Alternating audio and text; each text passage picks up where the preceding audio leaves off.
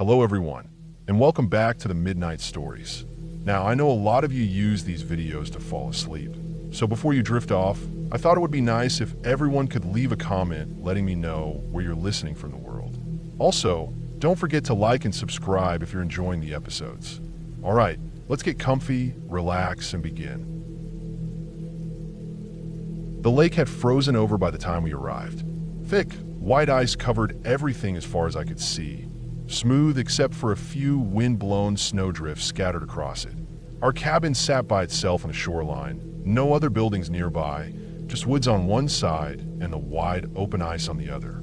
It was exactly what I wanted: quiet, no neighbors, no traffic, no cell signal.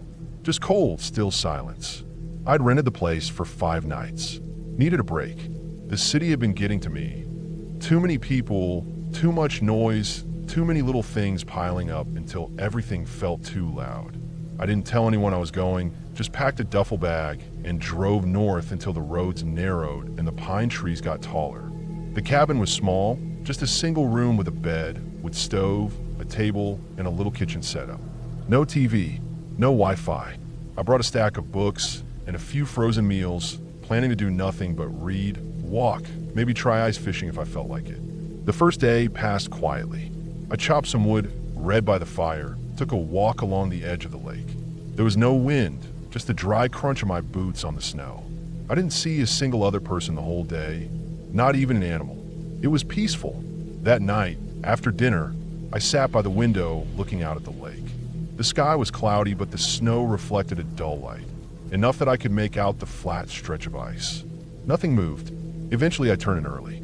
The second night was when I saw the light. I just put my book down, lying in bed, staring out the same window. I couldn't sleep, though it was late. I wasn't thinking about anything important, just watching the shadows and letting the silence settle over me. And then, suddenly, a quick flicker. Just once. Like someone out on the ice had clicked on a flashlight and turned it off just as fast. A small white burst against the dark.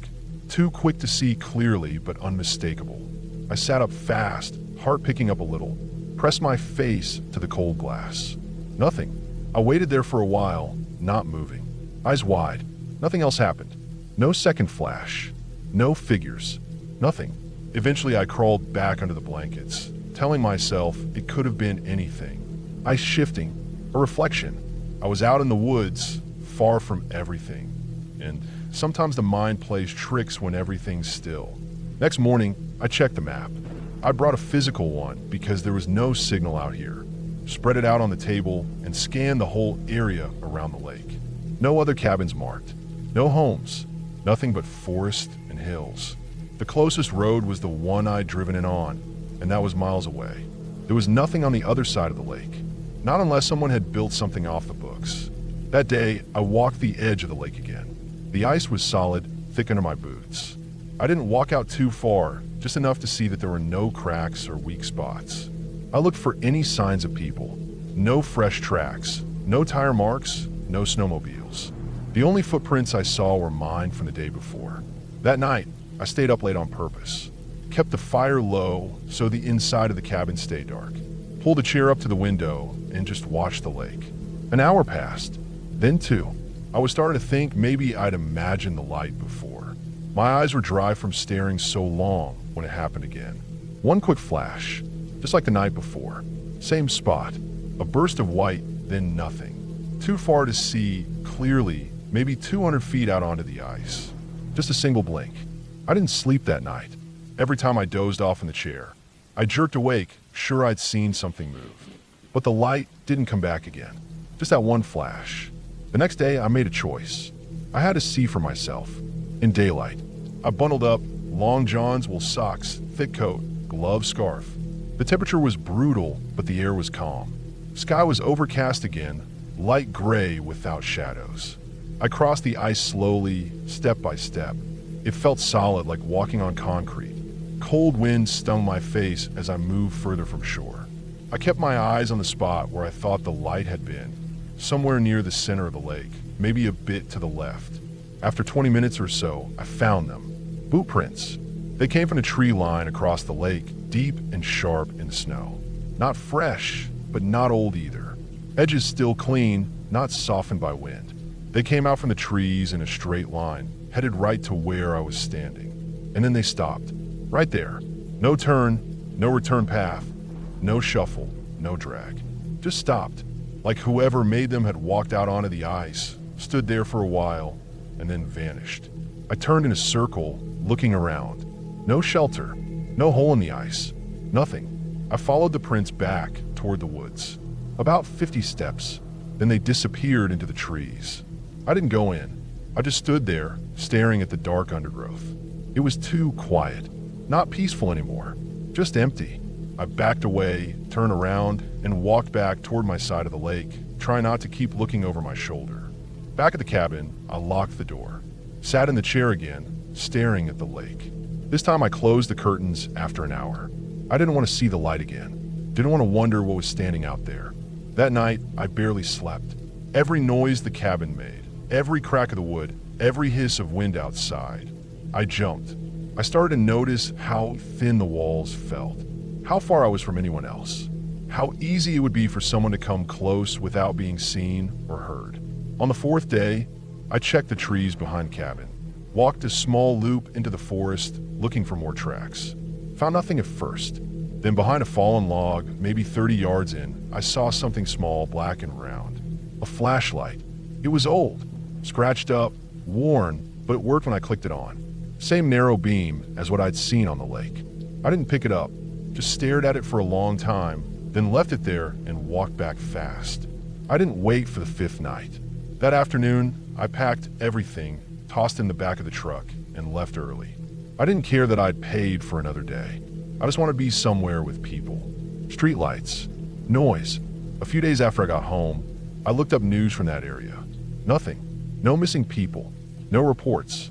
I even checked some local forums. But nobody talked about lights or boot prints or cabins out on the lake. It's been a few months now. Sometimes I still wake up thinking I saw that flash again. That single flicker across the ice. Like someone standing there, watching, waiting, never moving, never coming closer, just standing there. And the part that sticks with me the most, the part one think about when I'm lying awake late at night, is how those boot prints didn't go back. They just stopped, right at the edge of the lake, and whatever made them never came back out.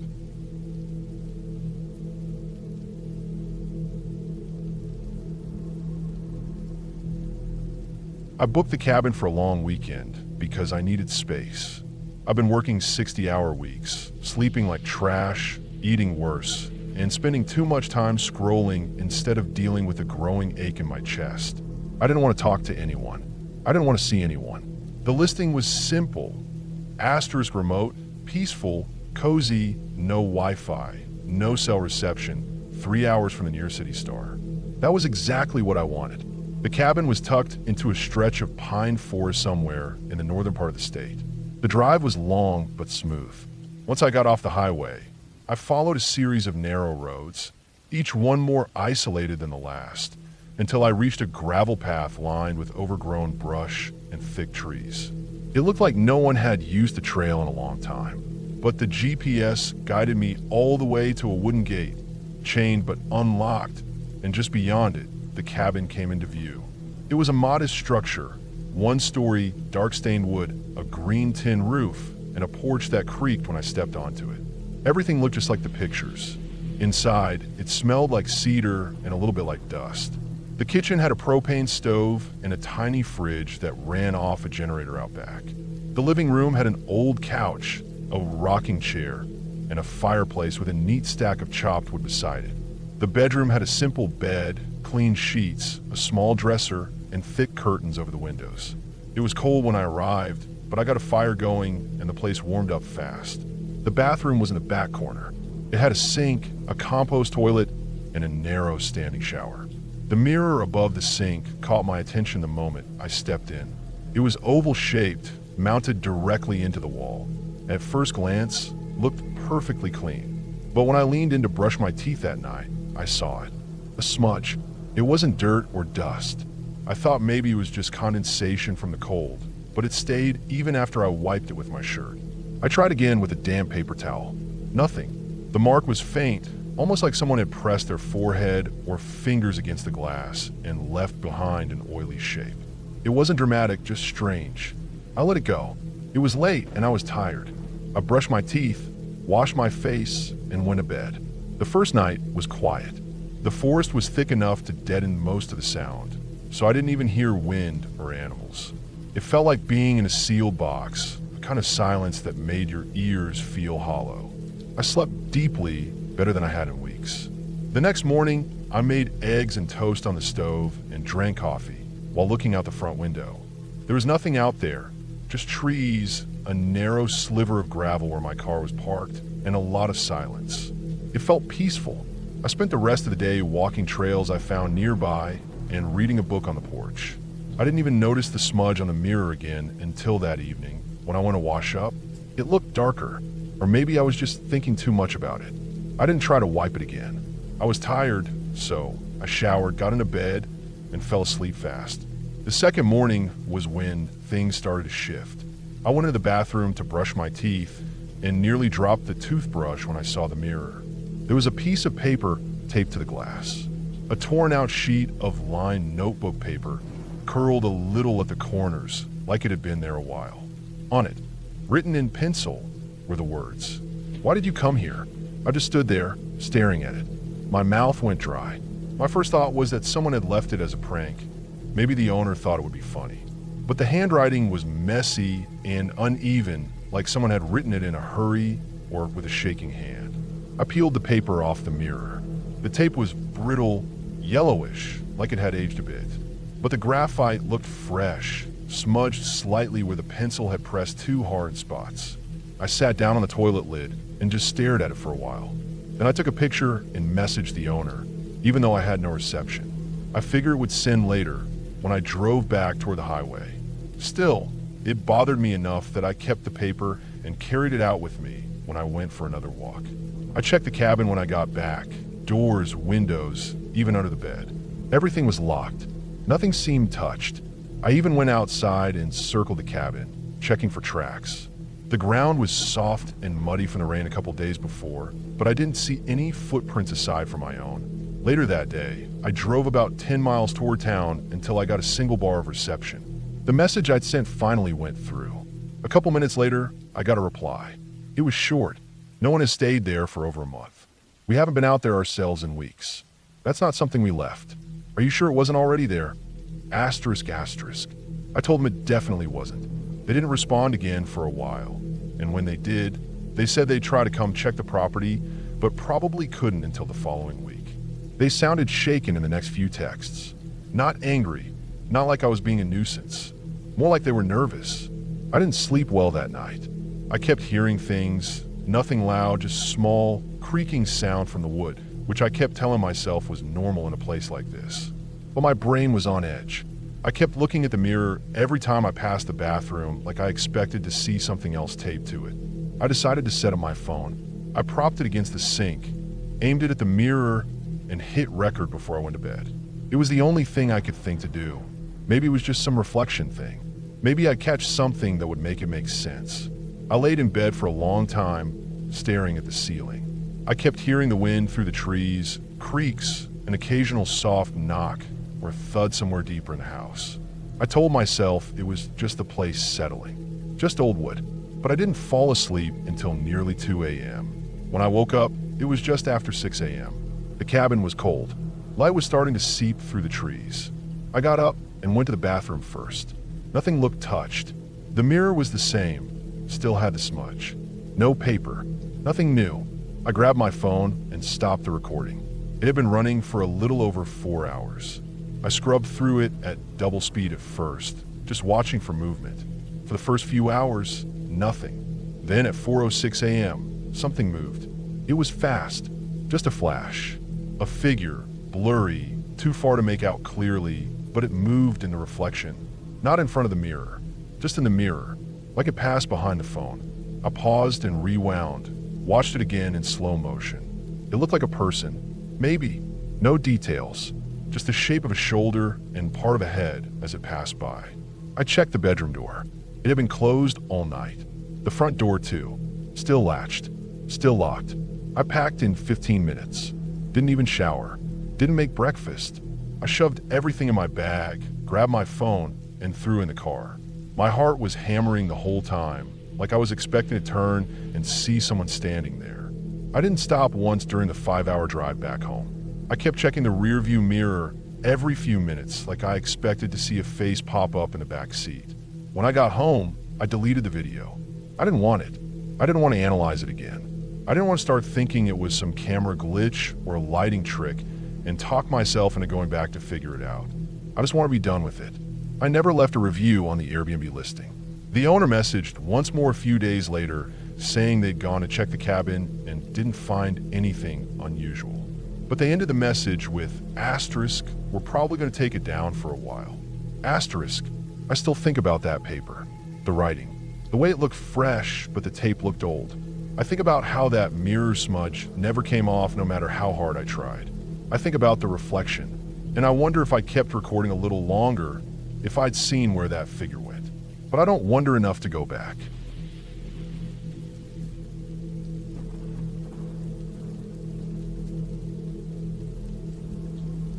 I had been planning the trip for months.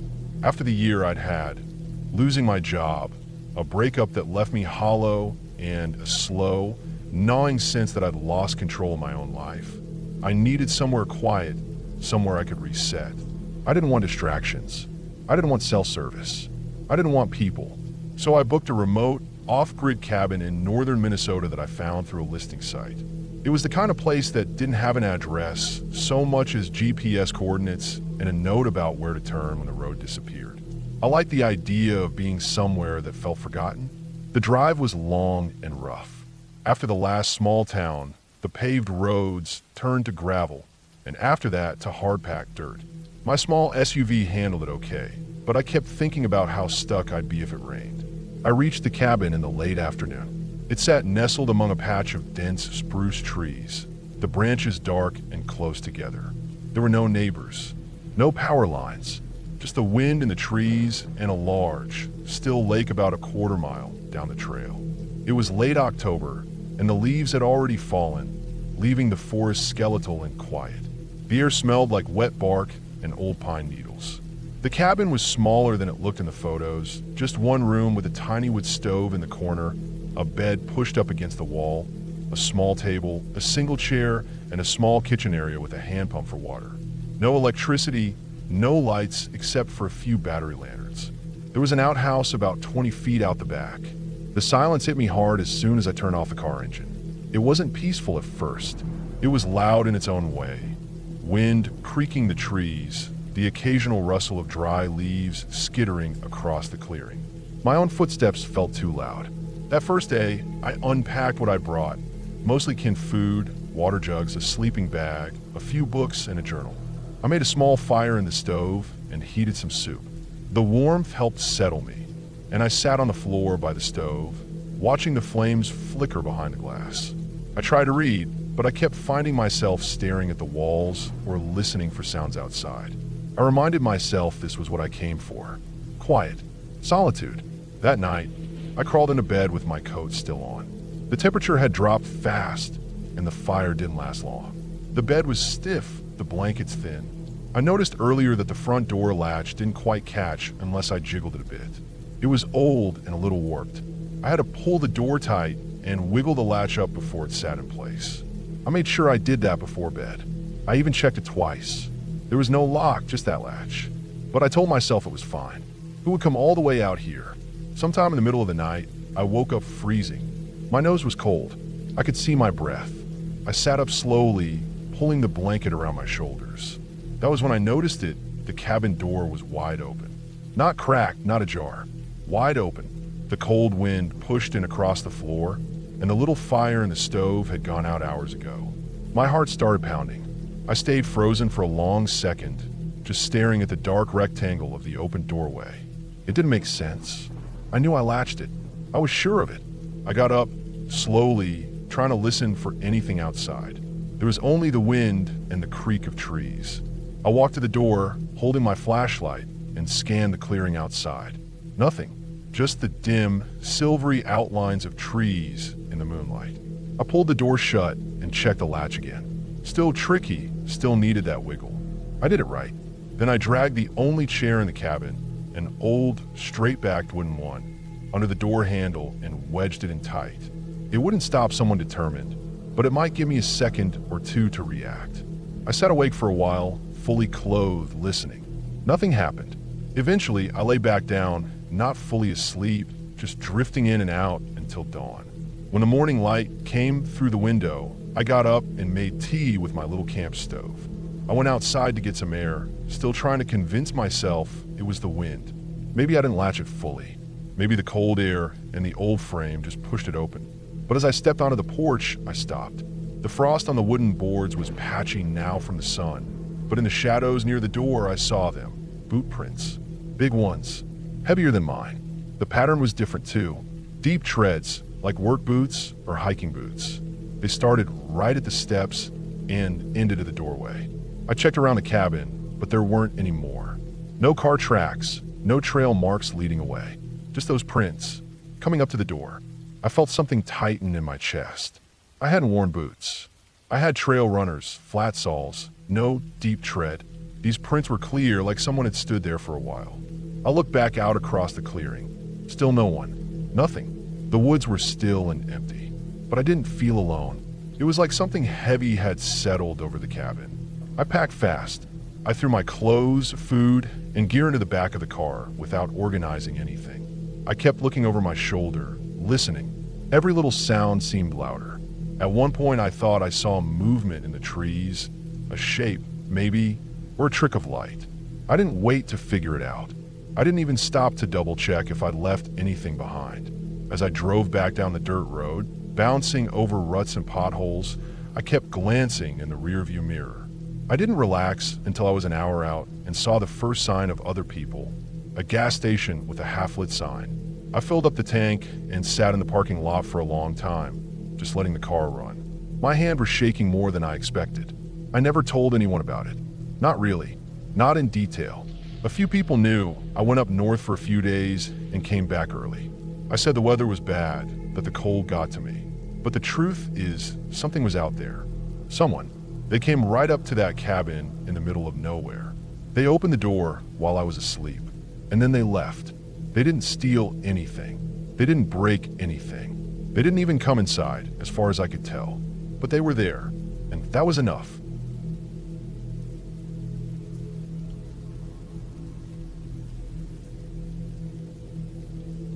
I don't know what made me want to go up there alone. Maybe it was the stress. Maybe it was boredom. Maybe it was just one of those things that sound good in your head until you actually do them. But I drove out anyway, 4 hours from the city, winding through the back roads, passing through tiny towns with gas stations and boarded-up diners, until I reached the old forest road that led to the cabin. It wasn't even mine. It was my uncle's place. He hadn't used it in a long time, and when I asked if I could stay there for a few days, he said sure, just bring food and don't mess with the wiring.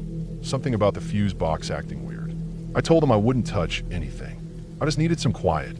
When I got there, it was already late afternoon. The sun was dropping behind the trees, making long shadows stretch across the gravel driveway. The place looked worn down, but not totally abandoned. The front steps creaked under my boots, and when I opened the door, it smelled like dust and old wood, like something that hadn't been aired out in months. Still, it was better than the city. No cars, no people, just quiet and trees. I brought in my bags, set up my stuff, and made a quick dinner. Just pasta and canned sauce. Nothing fancy. The kitchen worked fine. The stove was old but reliable. I had brought a small portable speaker and played some low music while I ate. It helped make the place feel less empty. That first night was okay. I sat out on the small porch for a while, wrapped in a jacket, listening to the wind move through the trees. It was colder than I expected, and I could see my breath when I exhaled. The nearest neighbor was maybe 2 or 3 miles away. I liked that. I liked being alone. At least I thought I did. Inside, the silence got heavier. I could hear the wood creaking in the walls and the roof. Just settling, I told myself. I locked the door, checked the windows, then climbed into the bed with a flashlight and a paperback. I read until I fell asleep, sometime past midnight. I woke up at 3:21 a.m. It was pitch dark, not city dark, not bedroom dark with little glows from a charger or alarm clock. Just black. I reached over for the flashlight on the side table and turned it on. The beam hit the ceiling and lit up dust floating in the air. I listened. There was nothing at first, just the sound of my own breathing, a little fast like I've been dreaming. But then I heard something, a soft scraping sound, faint like something dragging lightly across the floor. I held my breath and turned off the flashlight. I don't know why. Maybe instinct. The sound was gone. I waited. Then I heard it again, closer this time. Same soft scraping, like something brushing over the old wood floor outside the bedroom. I stayed still. I didn't move a muscle. It was like my body went stiff without me telling it to. The sound stopped after a few seconds. Then silence again. I laid there for a long time. I don't know how long. Eventually, I turned the flashlight back on and crept to the bedroom door. It was closed. I opened it slowly. Nothing. Just a hallway. I checked the kitchen, the living room. Everything was the way I left it. The front door was locked. Windows too. I didn't sleep again that night. Next morning, I convinced myself it had just been a dream. The cabin was old, probably rodents or maybe a branch scraping the siding in the wind. I made coffee and tried to shake it off. I went for a short walk through the woods. The trails were overgrown, but still walkable. It helped a little. That afternoon, I sat outside again. I had a notebook and started writing. Just random thoughts. I didn't have a signal, no Wi-Fi, so I figured I'd unplug completely. I even left my phone inside. The air was cold but fresh, and I sat on the porch for maybe 2 hours. When I went back in, I noticed something weird. One of the kitchen chairs had moved. I knew I hadn't touched it. It was pulled out from the table, like someone had sat down and pushed it back halfway. I stared at it for a few seconds, tried to remember if I could have done it without realizing, but no, I hadn't eaten lunch. I hadn't been in the kitchen since breakfast. I pushed it back under the table and checked the door. Still locked. Windows too. That night, I kept the kitchen knife next to the bed, just in case. I laughed at myself a little, feeling like an idiot, but it made me feel better. I left a few lights on and kept the flashlight right next to my hand. I was tired, but I couldn't fall asleep. Every sound felt louder. Every creak made me sit up. It wasn't until 2:47 a.m. that I heard it again. The scrape. Longer this time. Slower, like it was coming from the living room and moving toward the hallway. I held my breath and sat up in bed. I didn't turn on the light. I didn't want whoever or whatever was out there to know I was awake. Then the scraping stopped. I waited. I could hear something breathing. It was faint but steady. Not my breathing. It was coming from the other side of the door. I picked up the knife. My hands were shaking. I didn't move. I sat there frozen, staring at the door. The breathing went on for what felt like forever. Then it stopped. No sound at all.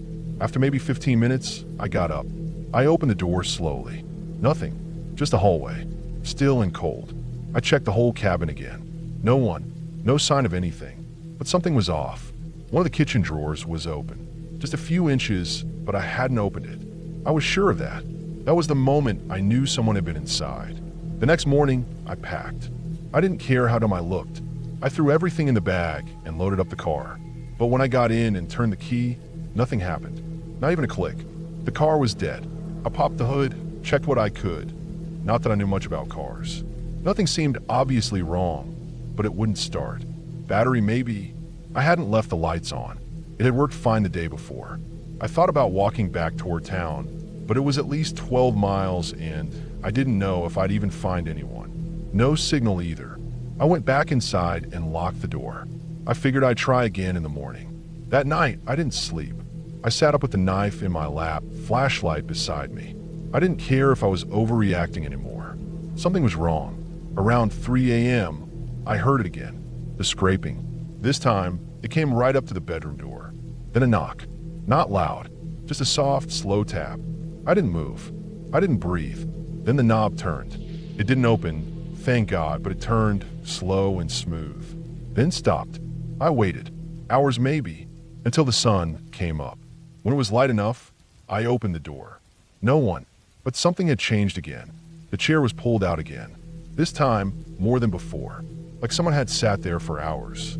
I grabbed my bag, went to the car, and tried the engine. It started. No stutter, no delay. Like nothing had happened.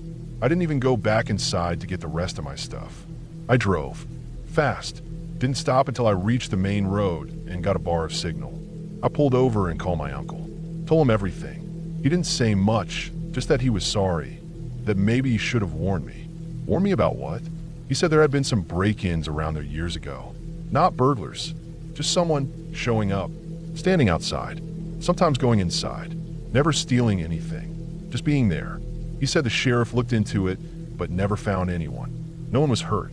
But people stopped using their cabins. He said that's why he hadn't gone up in so long. That was the last time I ever went out there. A few weeks later, I got a call from my uncle. He had gone back up with a friend to check the place out. He said the door was unlocked. Inside, the lights were all off, but someone had left a cup of water on the kitchen table. The same chair was pulled out. He asked if I'd left it like that. I told him I didn't. I had never used that cup. I hadn't even brought any glass ones. Just metal bottles. I don't know who was there. I don't know how they got in or why they didn't take anything. But I know I wasn't alone, and I haven't been since. Even now, back in the city, I check the locks. I hear sounds at night that I never noticed before. Creaks, breathing. Sometimes I wake up at 3 a.m. And sometimes I find my kitchen chair slightly pulled out.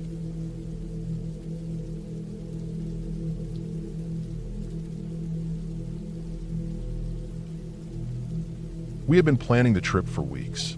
It was early April, and a group of us, 10 people total, had decided to kick off the spring season with a weekend of camping in one of our usual spots in the National Forest. We all lived within a few hours of the campground, and this was something we did once a month or so. Nothing formal, just a way to disconnect from work, phones, and noise. We rotated locations a lot, but this campground had always been one of our favorites. It was tucked into a thick section of forest, about 7 or 8 miles from the next nearest campground. The sites were spaced out in clusters, so you never really felt too close to other people. But this time, we were the only ones there. No other campers, no park rangers, no passing cars. Just us. We had 4 campsites spread out in a small loop. 3 couples in tents, including my husband and me, and the others, about 3 or 4 single friends, in their own tents scattered nearby. It was just the right mix of social and space. During the day, we hiked and biked. At night, we sat around the fire with drinks and s'mores, told dumb stories, laughed a lot. The usual stuff. That second night, after we put out the fire around 11 p.m., everyone turned in. Our tent was one of the bigger ones, enough space to stand in, and we had set up a queen-size double thick air mattress. There were vented mesh windows on 2 sides, the type with zip-up covers that we had left open for airflow. Our heads were up against the mesh window at the back. The forest was dead quiet, aside from one thing: snoring. Loud, constant snoring. Nearly all the guys in the group snored like freight trains, and one of the women too. It was kind of a running joke. Normally, I could sleep through it, but that night, it just grated on me.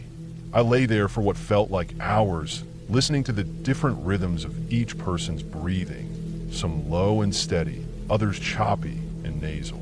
It was like an orchestra of exhausted hikers. The tent was warm, the mattress soft, but no matter how I turned, I couldn't sleep. The last time I checked my watch, it was just past 1 a.m. That's when I heard it. At first I thought it was another camper walking to use the bathroom, but then I remembered we were alone. Completely alone. The campground was empty except for us, and the sound wasn't coming from any of the nearby tents. It started faint, almost like someone shifting gravel underfoot, but it got louder. The road through the campsites was gravel, so every step crunched, slow and heavy. The steps came from the far end of the loop and moved with a strange deliberateness. No pause, no hesitation, like whoever it was knew exactly where they were going. They came straight through the middle of the campground, and it was clear they weren't just wandering. The footsteps got closer to our tent, passed right by the fire pit where we'd all been sitting earlier, and then came right up to our tent. I stopped breathing. I lay frozen, barely blinking. My husband was asleep next to me, face turned away, mouth open slightly as he breathed through his nose. The steps circled around the tent slowly, stopping near the back window, just behind our heads. Then I heard it kneel. I say it because I don't know if it was a man or something else. All I know is I heard knees hit the ground, right by the vented mesh window behind our heads. My whole body locked up. I didn't move a muscle. My ears were wide open. I could hear the crunch of gravel shift as it leaned in, and then it exhaled. Loud, forceful, like someone trying to fog up a window. It was close enough that I could feel the vibration in the mesh. My heart felt like it had stopped beating. I was paralyzed with fear. No flashlight clicked on. No words. No sound of walking away at first. Just that heavy breath and silence. Then, the crunching of gravel again, slow and steady as the thing got back up and walked off behind the tent, into the woods. I lay there, listening, straining, following the sound as it moved uphill through the thick trees. I could hear it stepping over branches, through leaves up the steep incline behind our campsite. Not once did it stop or trip. It just kept climbing until the sound faded out completely. I tried waking my husband, but he wouldn't budge. It was like he was in some dead sleep. I even reached over and shook his arm hard, but nothing. I didn't dare get out of the tent, and I didn't call out. Every part of me said not to make a sound. The couple in the tent closest to us didn't stir either. It was like I was the only one awake in the world. Eventually, the silence and fear dulled just enough that I must have fallen asleep. I woke up just after sunrise, disoriented and still scared. The air was colder than it had been during the night, and there was a strange stillness in the forest around us. When we got out of the tent, that's when I saw it. Right behind our tent, on a low stump, there was a deer antler. It was small, not a full rack, maybe from a younger buck. But what made my stomach turn was the flesh still attached to the base. It wasn't clean or dry like a shed antler you might find on a trail. It looked fresh, dark, stringy tissue clinging to the bone. A few flies buzzed around it, even in the morning cold. No one else claimed to have heard anything. Everyone else had slept through the night. A few of them teased me at first when I brought it up. Probably just a dream, one said. But then we checked the recording device we had set up. One of our friends, Kyle, always brought a wildlife audio recorder to see if he could catch any cool sounds, owls, coyotes, that kind of thing. We loaded up the file from that night and played it back. There were the footsteps, just like I'd heard. They started around 1:15 a.m. You could hear the slow, even crunch of gravel growing louder, passing through the camp. Then there was a pause, silence, then the breath. That long, loud exhale. It came through the speaker, so clearly I felt my chest tighten all over again. But that wasn't all. Around 4 a.m., there was a different sound. Chatter. Two voices, if you could even call them that. They sounded like they were speaking to each other in some kind of language, but it wasn't any language I'd ever heard. It wasn't even gibberish like a drunk person might mumble. It was high and low, back and forth, with strange clicking sounds and soft consonants, almost like throat sounds. Not animals, not the wind, and definitely not something you'd hear out there on a quiet spring morning. It went on for maybe 2 minutes, then stopped completely. The rest of the group didn't know what to say after hearing that. The joking stopped. We all stood around the picnic table in silence, just listening to the forest. No one mentioned extending the trip or staying another night. We packed up and left by noon. Later, when I looked up wildlife that might make those kind of sounds, I came up empty. Some people said cougars or bobcats, but it didn't match. Others mentioned mountain folk or hermits, but how would someone get that close and move that quietly in the woods at night? Why come up to just one tent, breathe on it, and leave a bloody antler? I still don't know what it was. All I know is it wasn't a dream. It wasn't just in my head. I heard the steps, I heard the breath, and I heard the voices. And I saw the antler. Whatever came to our tent that night wasn't trying to hurt us. Not yet, but it wanted us to know it was there. Watching, listening, maybe even waiting. We never camped in that spot again.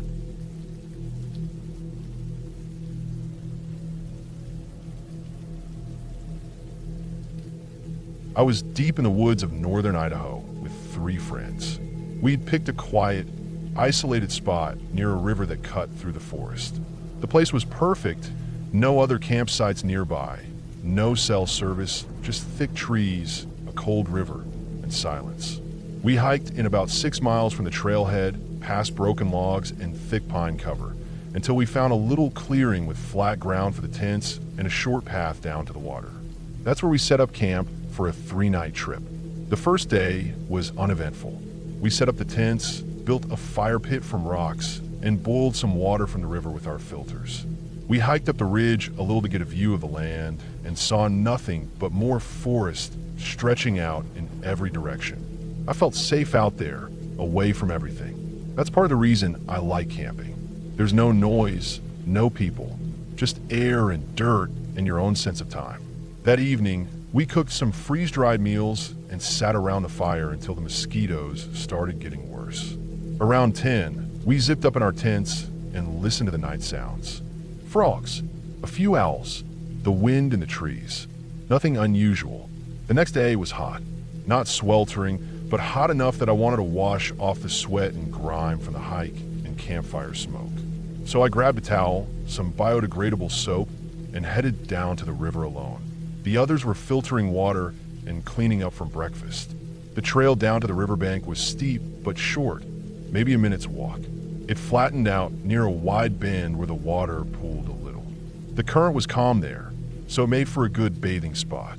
I set my towel on a big, flat rock and stepped into the water. It was cold enough to sting at first, but after a few seconds, my body adjusted. I waded in until it reached my chest and dunked myself under. I stood there for a bit, scrubbing dirt from my skin, when I noticed something on the opposite side of the river. On the far bank, just beyond the waterline, was a pile of rocks. Not random ones, stacked deliberately. 5 or 6 smooth river stones, balanced one on top of the other. It wasn't huge, maybe 2 feet tall, but it looked out of place. Too neat. I thought maybe another group had camped here before us and left it. I swam across, just a quick stroke across the shallow bend, and stood in front of the stack. It looked fresh. The rocks were clean, with wet spots underneath where they'd been pulled from the river. Something about it bothered me. It wasn't just a cairn for marking a trail. It was too far from any known path. There were no footprints nearby, just a pile, sitting there like a decoration with no purpose. It felt wrong, so I knocked it over. I didn't think twice, just reached out and pushed the top rock off. It tumbled into the grass. The rest followed, clinking against each other as they rolled. I waded back to my side, dried off, and returned to camp. I didn't even mention it. That night, we made dinner, played cards, and settled into our tents a little earlier than before. Around 1 in the morning, I woke up, not to a noise, just that strange sense that something isn't quite right. My tent was zipped, the air was still, but my skin felt cold. I lay there for a while, eyes open, waiting. I didn't hear anything at first. Then I heard crunching, very faint, like someone stepping on dry leaves, slow, careful steps. Not close, but not far either. It stopped and started. Then silence again. I stayed in my sleeping bag, barely breathing. The sounds didn't return. Eventually, I fell back asleep. In the morning, I got up and unzipped my tent. The air was damp, full of pine and cold river water. I stretched and turned toward the fire ring, and that's when I saw them. There were piles of rocks, stacked just like the one I had knocked over, outside each tent. One right by mine, another outside Ryan's, another near Jeremy and Sam's shared tent. Each was almost identical, maybe 5 or 6 stones, wet and smooth, placed carefully one on top of the other. None of US had built them. I just stood there, staring. The others started to unzip and crawl out. Ryan was the first to see his. He looked at me, then the pile, then back at me again. We all stood around the camp for a while, not saying much, just looking at the piles. We didn't laugh or make jokes. I think we all felt the same thing, that something was off. These weren't here when we went to bed. Someone had walked into our campsite while we were sleeping and placed them, quietly, carefully, right outside our tents. No one mentioned the one I'd knocked over at the river. I didn't say anything either. Maybe because I wasn't ready to connect the two events. Maybe because I already had. We didn't pack up and leave right away. We stayed one more night, though none of us really wanted to. We didn't go far from camp that day. We filtered water in pairs, stayed within sight of each other, and kept a fire going all afternoon. We didn't say it out loud, but we were nervous. We triple-checked our tent zippers that night and kept our flashlights within arm's reach. Sleep didn't come easy. Every crack of a branch made me flinch. I kept thinking about the sound of footsteps the night before, about how someone had moved through our camp without making enough noise to wake us up. How close they must have been to each of us. I don't know if I slept at all. Really. I kept my hand on my flashlight most of the night, staring up at the ceiling of the tent, waiting, listening. Morning finally came. I unzipped the tent and stepped out slowly. This time, there weren't rock piles by the tents, but there were more in the woods. I noticed them just beyond the tree line, maybe 20 or 30 feet out. Not just one or two dozens, scattered among the trees, placed in lines or circles. All of them freshly stacked. They hadn't been there yesterday. That was clear. We would have seen them. Someone had placed them there in the middle of the night. That was it for us. We packed up as fast as we could. No breakfast, no coffee, no talking. Just stuffing gear into packs and kicking dirt over the fire pit. We didn't even stop to take a last look at the site. We got on the trail and didn't stop hiking for hours. 6 miles back out, through dense forest that suddenly felt like it was watching us. Every sound felt sharper, every shadow longer. I kept thinking I'd look behind me and see someone standing in the trees. I didn't, but the feeling didn't leave until we made it back to the car. We never talked about it after that. I never told them I had knocked over that first rock pile by the river. I still don't know why I did it. Just something about it seemed strange. I didn't think it mattered. I thought it was just a stack of rocks. But someone had made it, and someone came back to let us know they noticed. I haven't been camping since.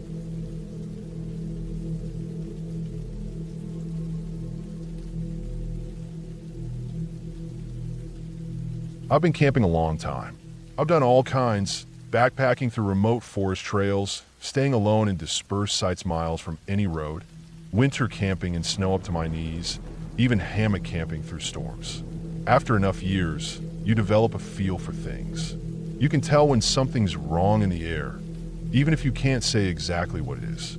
You notice the way a bird call goes quiet, or the wind shifts, or someone's presence feels a little too heavy for no reason. But most of the time, it's nothing. Just your mind playing tricks on you, or your senses being alert, because that's what camping teaches them to be.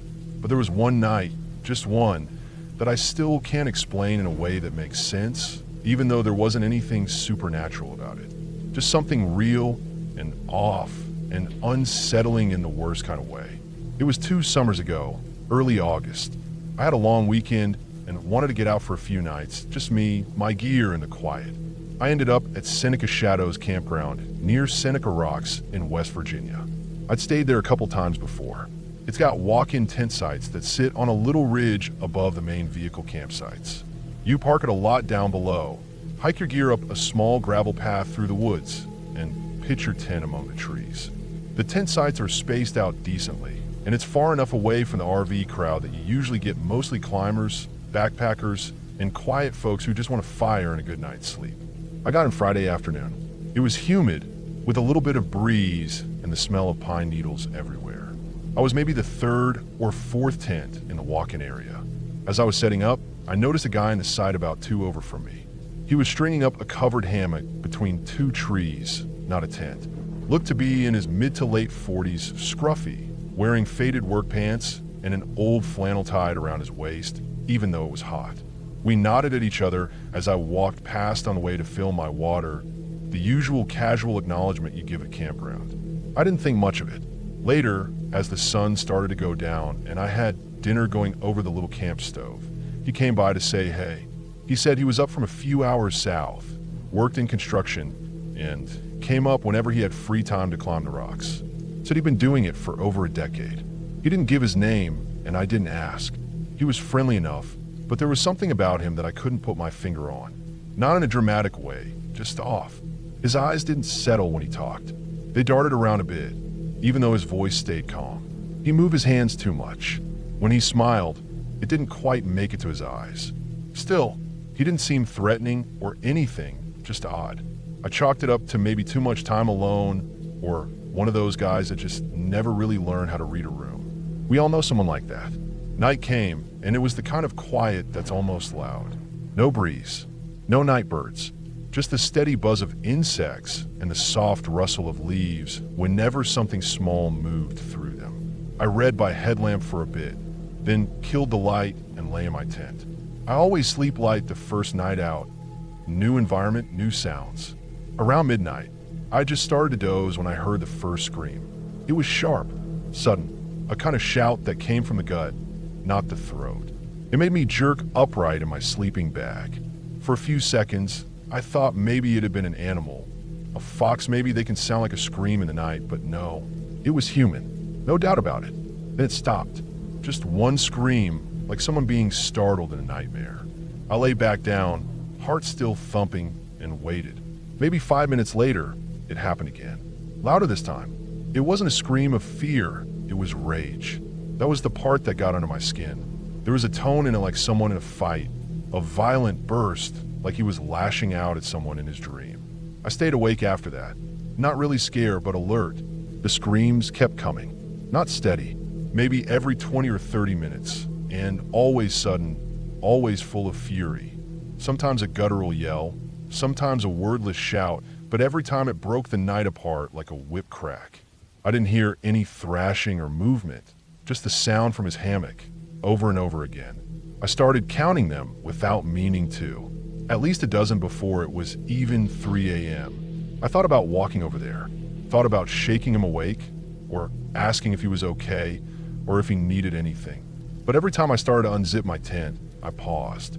I didn't know him. I didn't know what state he was in. A man screaming like that in his sleep might have something in him that I didn't want to get too close to. And I didn't know what he might have in that hammock with him. Tools, maybe. A knife. Hell, I had my own knife in my pack. I just didn't want to have to think about using it. So I stayed put. I lay there and listened as the screaming continued into the early morning. It was like being on edge for hours without a break. Every time I'd start to settle down, he'd do it again. By 4 a.m., I was done trying to sleep.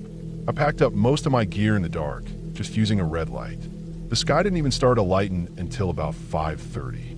At that point, I was sitting on a little log bench by my site with everything packed except the tent itself, just waiting. The air was cool by then, and I remember how damp everything felt. Dew soaking into the soles of my boots, even though I hadn't walked much. At one point I thought he'd stopped, but then he let out one last scream, long, angry, like someone shouting at a person who wasn't answering them. It wasn't like any night terror I'd heard before, and I've camped with people who've had them. This was something else, something deeper. I realized I didn't want to know what he was dreaming about. When it got light enough to see without a headlamp, I took down my tent fast and quiet. The man's hammock was still zipped up, the cover pulled tight. No sound from it now, not even snoring. It was like he turned into a rock the moment the sun came up. I didn't say anything.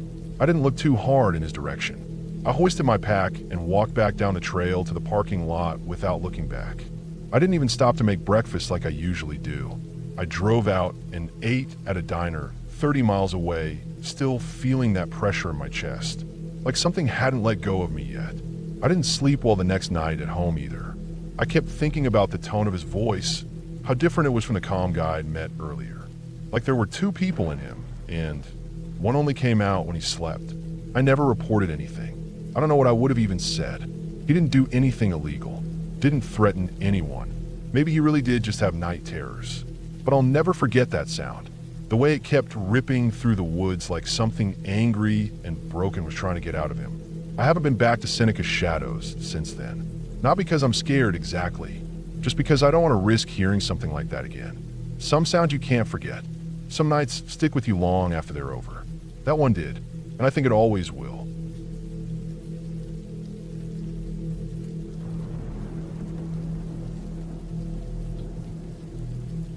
I booked a small Airbnb cabin in Oregon for a long weekend. I just wanted to be alone. Work had been eating me alive, and I needed a break from the city, from screens, from people. The cabin was in a wooded area, far from the main roads, about an hour's drive from the nearest gas station. The listing said it had no Wi-Fi, no TV, no cell reception, just peace and quiet. That was exactly what I wanted. The drive up was uneventful, but the last stretch was a dirt road full of deep ruts. My car bottomed out twice. I remember thinking I should have rented an SUV, but I didn't expect it to be that bad. The cabin itself was small, maybe the size of a garage. Dark with siding, metal roof, a single front window. It looked like it hadn't been touched in years, but it was clean inside. One bed, a little kitchenette, a wood stove, a small bathroom with running water from a tank outside. No mirror in the bathroom, which I thought was strange, but I didn't care much. There were some canned goods and dry stuff on the shelves, like the host said there would be. I brought my own food too. The first night was completely silent. No cars, no wind, just the kind of silence that buzzes in your ears. I lit the wood stove, read an old paperback I found on the shelf, and fell asleep early. No dreams, no disturbances. I actually felt rested when I woke up. The second day, I went for a walk in the woods. There wasn't a marked trail, just old game paths and patches where the trees thinned out. The air smelled sharp and earthy, like damp pine needles and old bark. I walked for hours, no destination, just letting my mind wander. I didn't see a single person. No tents, no cabins, no sounds of other hikers. Around midday, I came across a tree with a deep gash down one side, like it had been scraped open by something. Not a clean cut, more like ripped bark, uneven and fresh. I figured it was a bear or something. That made me a little more alert, so I turned around and headed back. When I got back to the cabin, everything looked the same, but I had this odd feeling that something was off. Nothing specific, just that weird feeling in your chest when something's not right. I checked the front door, the windows, the back. Nothing looked touched. I told myself I was just spooked from being alone in the woods. I made dinner, sat by the stove, and read until it got dark. No electricity meant early nights. That night, I woke up around 3 a.m. My heart was beating fast, but I didn't know why. No sound had woken me up. The fire had died down, and the room was cold.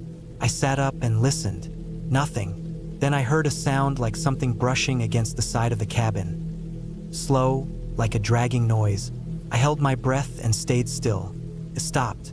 I told myself it could have been a branch in the wind or maybe a raccoon. I stayed awake for a while, staring at the ceiling, trying to listen through the thick silence. Eventually, I drifted back to sleep.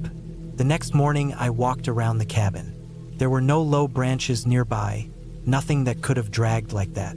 I didn't see any tracks in the dirt either. Still, I shook it off. Maybe it was something falling from the roof. The rest of the day was quiet again. I didn't go far from the cabin this time. I stayed nearby, chopped some wood, read, made coffee. I was still trying to shake that odd feeling from the night before. That evening, I double-checked everything before I went to bed. I locked the door from the inside, wedged a chair under the handle just in case.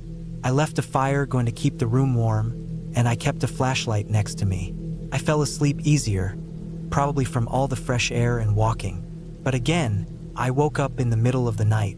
Same time, around 3 a.m. This time I heard it clearly. Footsteps. Slow, deliberate crunches in the dirt outside. Not an animal. Not a deer or a bear. They were too controlled. One step at a time, circling the cabin. I sat up and grabbed the flashlight. My mouth was dry. I didn't move, just listened. The footsteps paused by the front door. Then I heard a soft knock. Just once. Then silence. I didn't move. I didn't breathe. I didn't even turn on the flashlight. After a few minutes, I heard the steps again, slower this time, fading toward the woods. I sat there, frozen, for maybe an hour. Eventually, I got up and checked the front window. Total darkness. I couldn't see anything. I didn't sleep the rest of the night. At first light, I went outside. There were footprints, bare feet, human. They circled the cabin. I counted the steps. They walked around twice, stopped by the door, then wandered back into the trees. I followed the prints for a bit, but they vanished into the undergrowth. The ground was too dry to hold a trail. I felt sick. Who the hell walks around barefoot in the woods in the middle of the night? I packed up immediately. I wanted to leave. I didn't even eat breakfast. Just threw everything into the car and got ready to go. When I turned the key, the engine clicked but didn't start.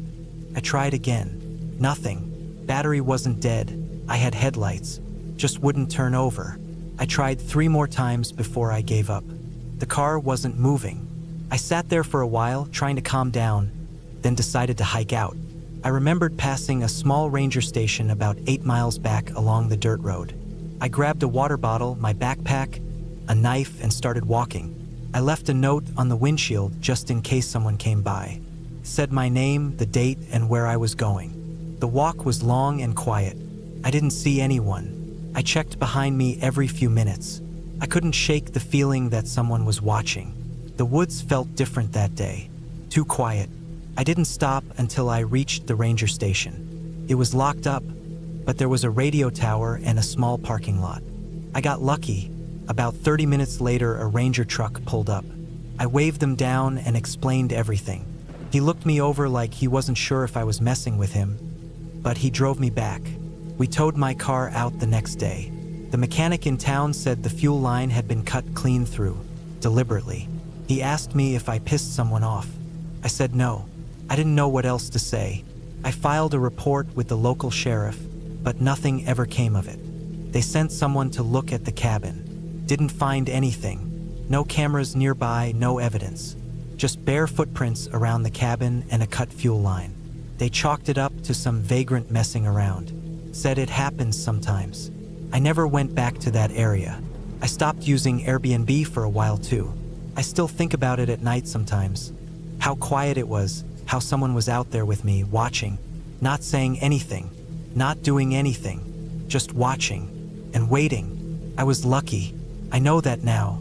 If my car had started, maybe I never would have noticed the footprints. Maybe I would have driven off and not thought twice. But if I'd stayed another night, I don't like to think about what might have happened.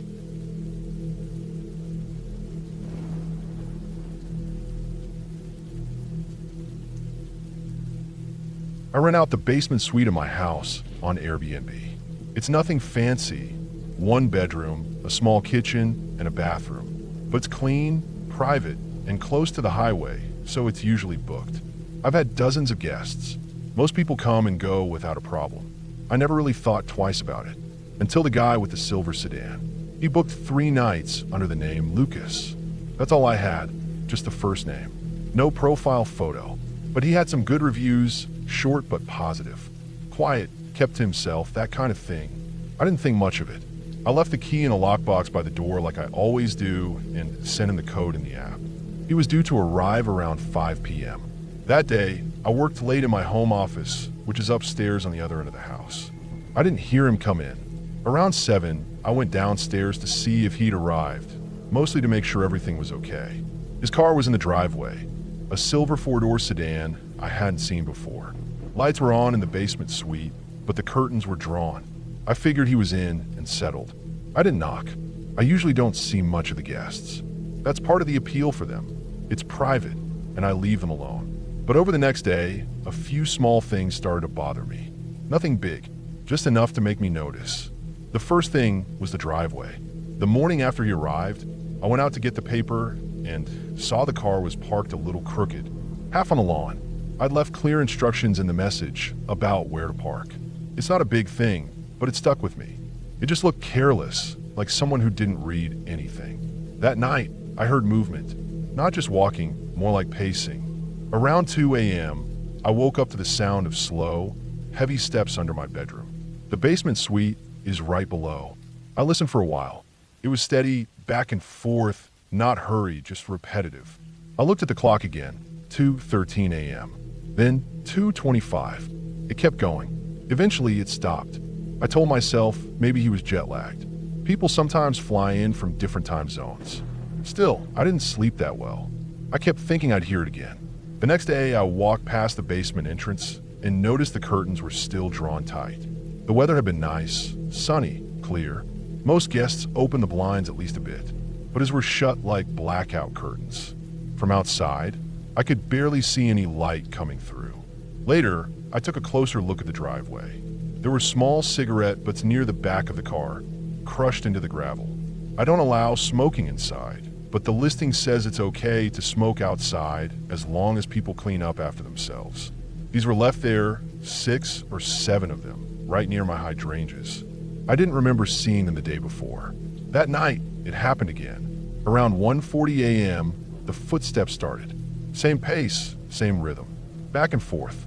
I lay there, wide awake, just listening. At one point, I got up and stood by the bedroom vent. I could hear it better through the duct, heel to toe, slow, steady pacing. I thought about going down there, knocking, saying something, But what would I say? Can you not walk around your rental at night? I just let it go. The next morning, I noticed something else. The basement entrance has a small porch light above it, motion activated. It usually turns off on its own if there's no movement for a few minutes. But when I stepped outside at 6:30 a.m., it was still on. That light shouldn't have been on that long unless someone had been outside recently. Later that afternoon, I opened the app to check on his checkout time. He was due to leave the next day. I glanced at his profile again. Still no photo, just a first name. I clicked through the reviews. There were more than I remembered, 12 total. But when I read them closely, something fell off. Most of them were short, just a few words, and they didn't feel personal. Just generic praise. And all from hosts with no profile pictures, all created in the last year. It was weird enough that I looked up the email address he used. I couldn't see the whole thing, but the part one could see had a random string of numbers. No name, just something like user 861223. It made me uncomfortable. Most people had names or something identifiable in their email.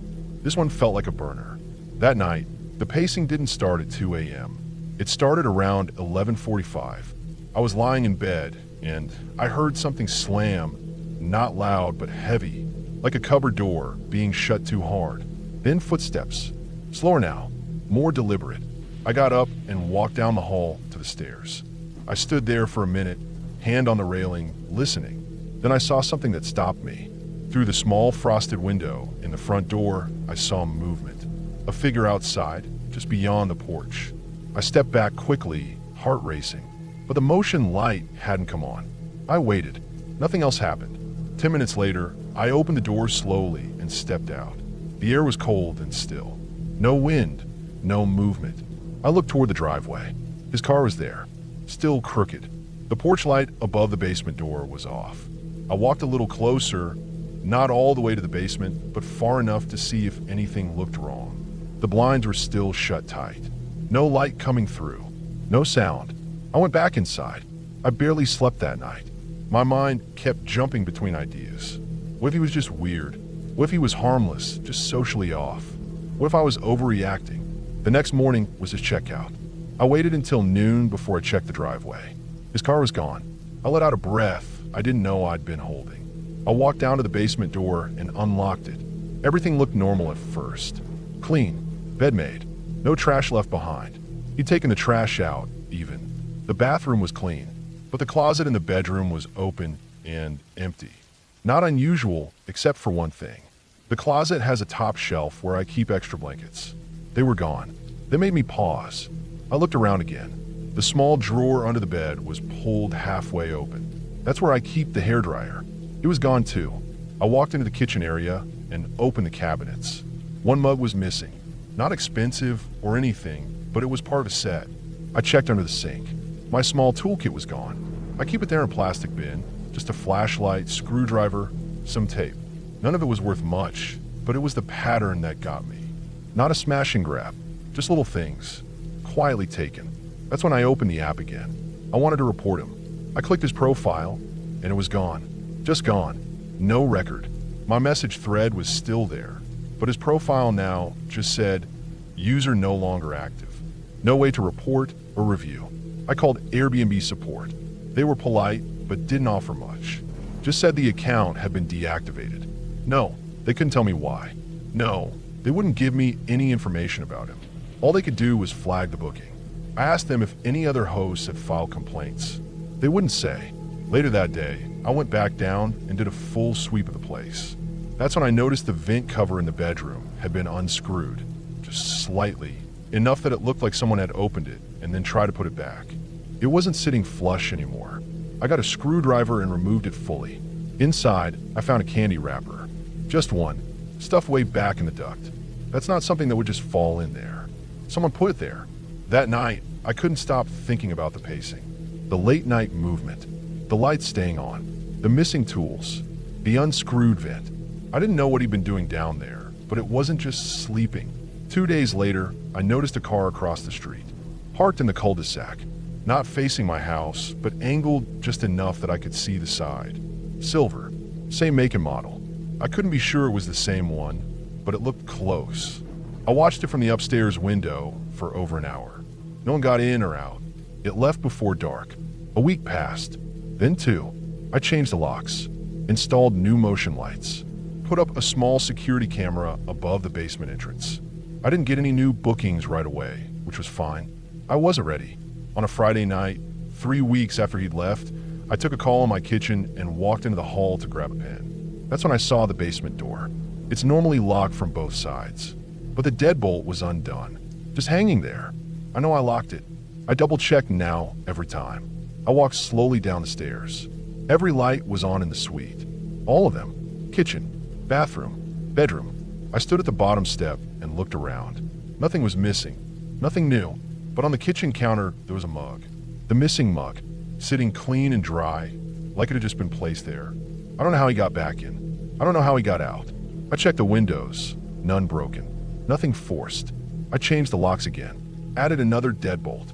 I listed the basement for long-term rental only, with background checks. I haven't rented it out since. Sometimes I still see that car. Not often, just once in a while. Always parked down the street, not for long. But I see it. I leave all the lights on at night now. I don't sleep much anymore. When I do, I dream about footsteps. Steady, slow, just under the floor.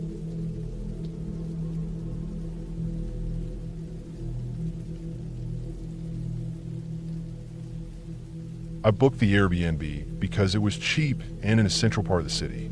I was only staying for a few days for a short work thing, and I didn't need anything fancy, just somewhere clean where I could shower, sleep, and make a quick breakfast. The listing was a third-floor walk-up in an older brick apartment building, the kind with a long, narrow staircase and cracked tile floors and hallways. The unit itself looked fine in the pictures. A bit plain, but it had a little kitchenette, a bed, a small table. The host had a bunch of good reviews, and it was cheap, so I went for it. The apartment was exactly what I expected when I got there. The front door was one of those heavy, slightly warped wooden ones that scraped the floor when you opened it. Inside, the place smelled faintly of cleaning products, maybe some lemon-scented disinfectant, and a bit of old wood. The windows were narrow, but let in enough light. The furniture was basic: thin mattress on a low frame, a particle board dresser, a small table with 2 wobbly chairs. But everything looked clean. I checked the bathroom, ran the water, flushed the toilet. It worked. The only odd thing was the vent on the ceiling above the bed. It was rectangular, wide, and open, no cover or grate. Just a black hole leading into the wall or ceiling space. The ceilings were high, maybe 10 or 11 feet, so I couldn't see into it without a ladder or chair. It didn't bother me much at the time, though. I figured it was an old building, and maybe someone had removed the cover for maintenance. It looked dusty, but I just ignored it. That first night, I made a quick dinner, some pasta and a jar of sauce I bought from a store nearby. Ate at the table with my phone propped up on a glass, watching some random videos. It was a quiet night. The building didn't seem to have much noise at all. Occasionally, I'd hear some footsteps from upstairs, maybe a thump or something shifting, but nothing unusual. I locked the front door, double-checked it, and got into bed around 11. Around midnight, I woke up needing water. My mouth was dry. I went to the kitchenette, drank from the tap, and stood there in the quiet. That's when I first noticed the sound. A light cough. Soft. It came from above me. I tilted my head and listened. Another faint cough. Raspy, almost like someone trying not to be heard. I looked up at the vent. It sounded like it came from there. At first, I figured it must connect to another unit. Maybe the walls or ceiling spaces were shared. It's an old building. I assumed it was someone watching TV or smoking in the next apartment or something. I didn't think much of it and went back to bed. But then it happened again, a few more times over the next half hour. Not constant, just a cough, then silence. Then later, another one. It didn't sound far away. It sounded like it came from maybe a few feet beyond the vent.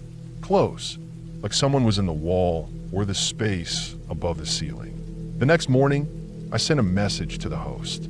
I just asked if the vent was connected to another unit because I kept hearing someone coughing through it. They replied quickly, saying the unit next door had been vacant for months and the upstairs one was under renovation. No tenants.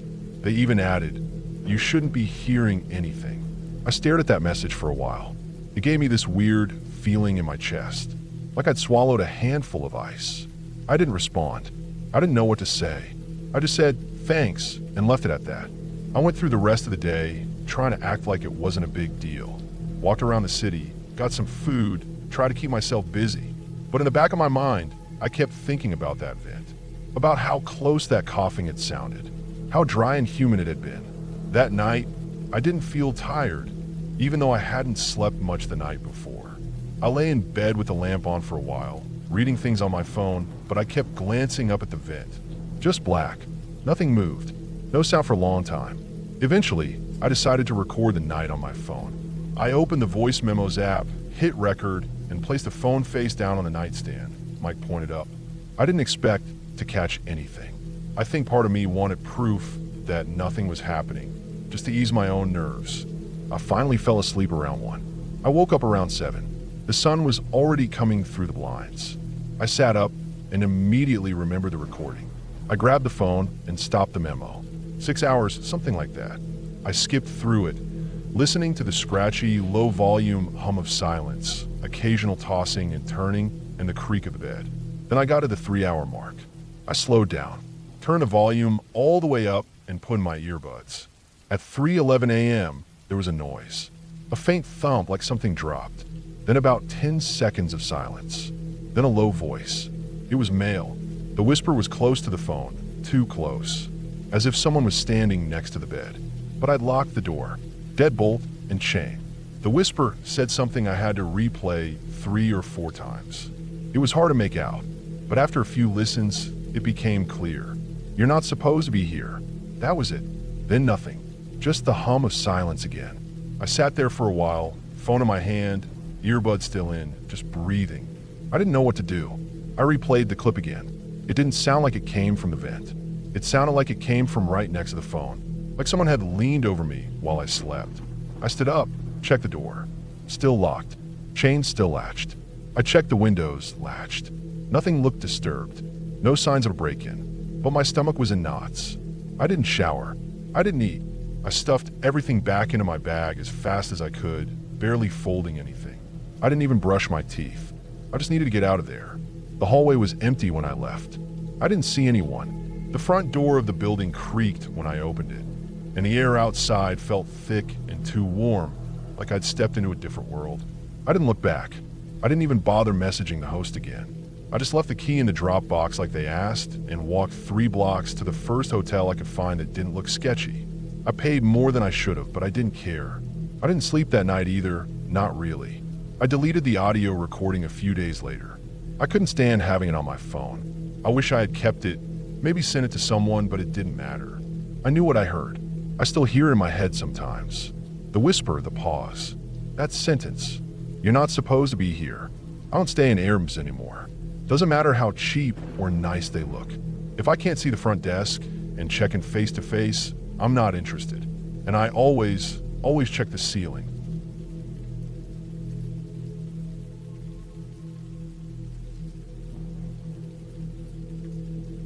I booked a small loft apartment on Airbnb for a week while I was in the city for work. It was in one of those trendy neighborhoods. Tons of coffee shops, yoga studios, murals on every wall. The kind of place where everything looked like it belonged in a magazine. The listing showed bright, all-white interiors, big windows, a minimalist vibe. It seemed perfect for what I needed. Quiet, central, and clean. When I arrived, the key was in a lockbox by the door, just like the host said. Everything looked exactly like the pictures. White counters, white sofa, clean white walls, a little balcony with 2 metal chairs. It smelled faintly of lavender and cleaning products, like they just scrubbed the place that morning.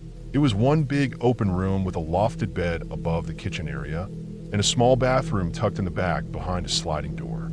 I unpacked, took a shower, and walked to get dinner. Everything seemed normal. The first night passed quietly. I slept okay, though I remember feeling like I was more alert than usual. I brushed it off as just being in a new place. Second day, I worked from the small table by the window. I noticed a few weird things, like how the curtains didn't fully close.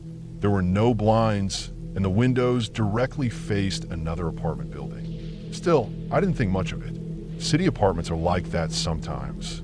That night after dinner, I was brushing my teeth when I looked at the mirror in the bathroom. It was large and rectangular, mounted above the sink. At first glance, it looked normal, but the more I stared at it, the more it bugged me.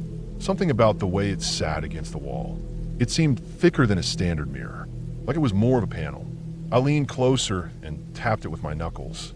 It made a slightly hollow, dull sound. Not quite glass on wall, more like glass over an empty space. I told myself I was overthinking it, but I couldn't shake the feeling. I finished brushing my teeth and got in bed, but I kept thinking about it.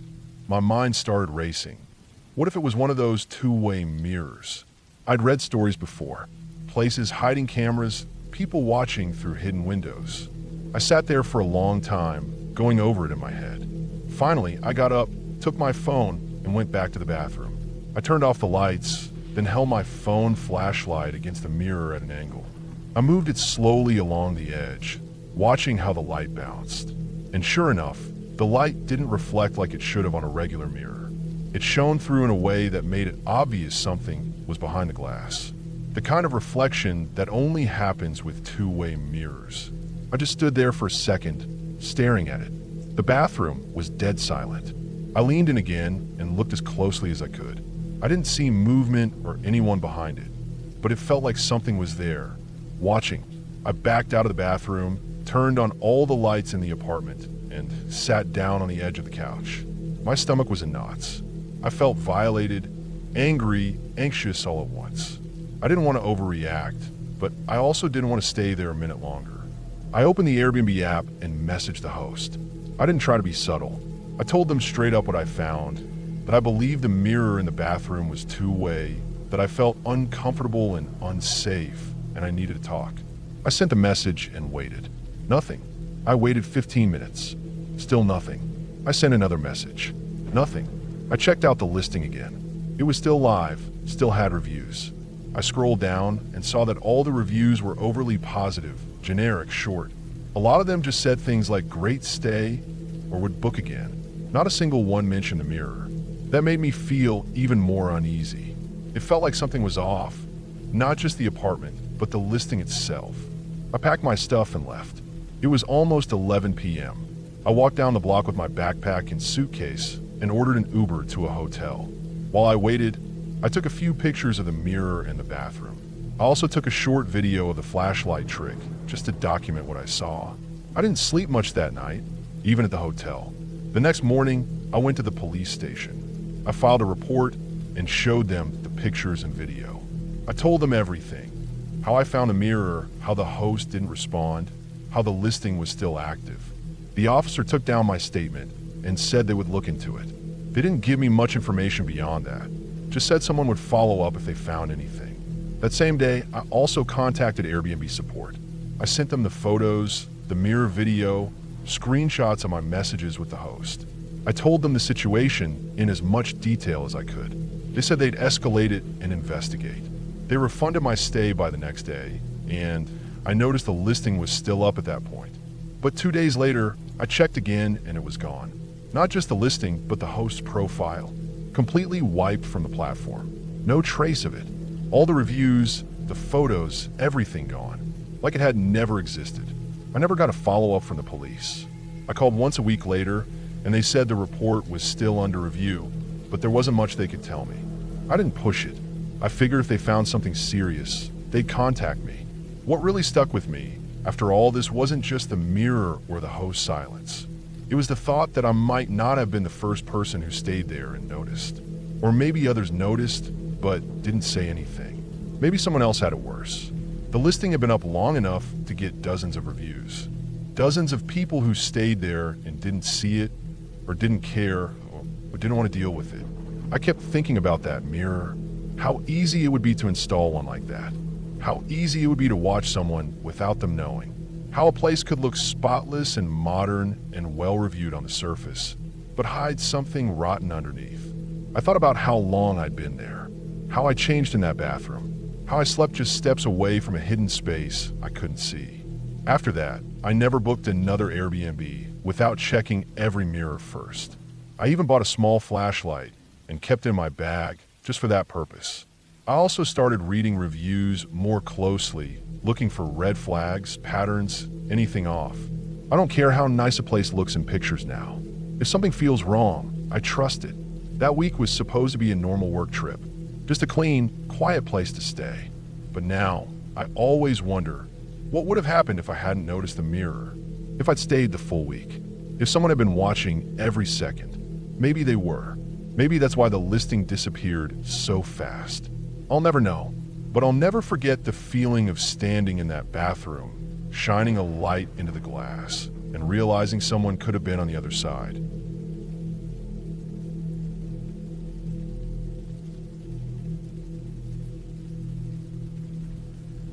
My husband and I were camping at a state park that we'd never been to before. It was early spring, still a little chilly at night, but the weather during the day had been warm and clear, just right for hiking. We got there on a Friday afternoon, set up our tent, laid out our gear, and cooked dinner together as the sun went down behind the trees. The place was peaceful. We weren't deep in the wilderness. It was a proper campground with paved roads, picnic tables, and numbered sites. There were other campers nearby, but the sites were spaced out enough to give everyone a bit of privacy. You could still hear voices and laughter from the other camps, but it wasn't too loud. The sun dropped quick once it passed the treetops, and after the fire died down, I told my husband I was going to walk down to the shower building. I had skipped my morning shower and wanted to clean up before bed. It was probably around 9:30. Too dark to walk without a flashlight, so I took mine. I had on leggings, a hoodie, flip-flops, and I carried my small travel bag with my soap, towel, and a change of clothes. The path was familiar enough. We had walked to the bathroom earlier that day, but it felt different at night. The shower house was about a quarter mile down the paved road, past a few campsites, a small open field, and a curve in the road that blocked the view of our site once you got past it. As I was walking, I saw the glow of a campfire off to my right, a few sites up. There were some voices, a couple men, one of them louder than the others. Laughing, slurring. I didn't think anything of it. People drink when they camp. It's not unusual. I kept walking, head down, flashlight on the road. Then I heard him call out. I couldn't make out the words at first, just something like a drawn-out hey. I didn't respond. I wasn't sure if it was meant for me. But then I heard footsteps behind me, uneven ones like someone not fully balanced. Then I heard him again, louder, saying something like, "Where you headed?" I kept walking. Faster now. My pulse started rising.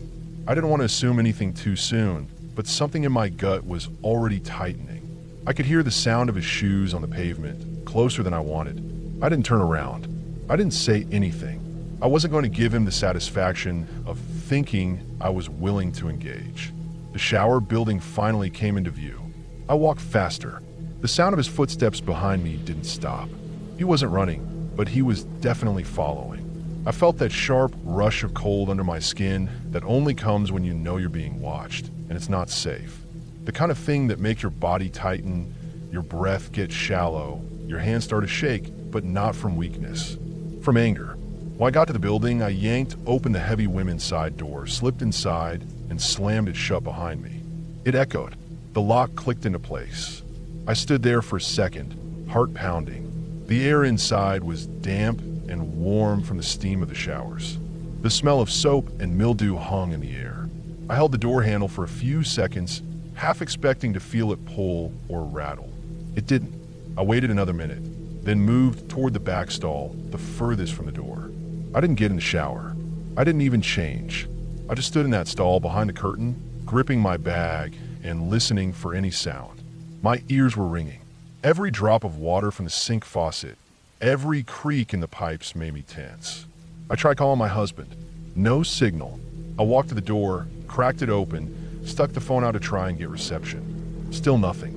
I went back inside, dialed again, still nothing. He didn't have his phone on him anyway. I knew he probably left it in the tent. He usually did. I was angry now. Not just scared. Angry that someone thought it was okay to follow me like that. Angry at myself for walking alone. Angry at him for not having his phone. Mostly, I was angry at the man outside. I didn't know who he was, what he wanted, but he made a choice to follow me, and it was the wrong one. I stayed in the shower building for what felt like forever. I wasn't crying. I wasn't panicking. I was just locked in, pacing a little, checking the door every couple of minutes, trying to breathe slowly, trying to listen. After maybe 20 minutes, I heard something outside. Not footsteps, but a new sound. A voice I recognized. My husband, his boots on the pavement, walking quickly. I peeked out the narrow, frosted window on the side of the building. I could just barely make out the silhouette of him walking toward the entrance. I opened the door quickly and stepped out, and as soon as I did, I saw the drunk guy again, walking back toward his own site, a couple 100 feet away. He looked like he'd just given up and wandered back. I don't know if he was waiting outside the building the whole time, or if he went back and forth, but he had definitely lingered too long. My husband hadn't seen him, just me. I told him what happened, and as we walked back to our site, I couldn't shake the feeling of how quickly things could have gone differently. If that door hadn't been unlocked, if I had tripped, if he had been a little bolder, if there had been no one else around. That night, I didn't sleep much. Every time I closed my eyes, I saw him in my mind. Not his face, just the shape of him behind me.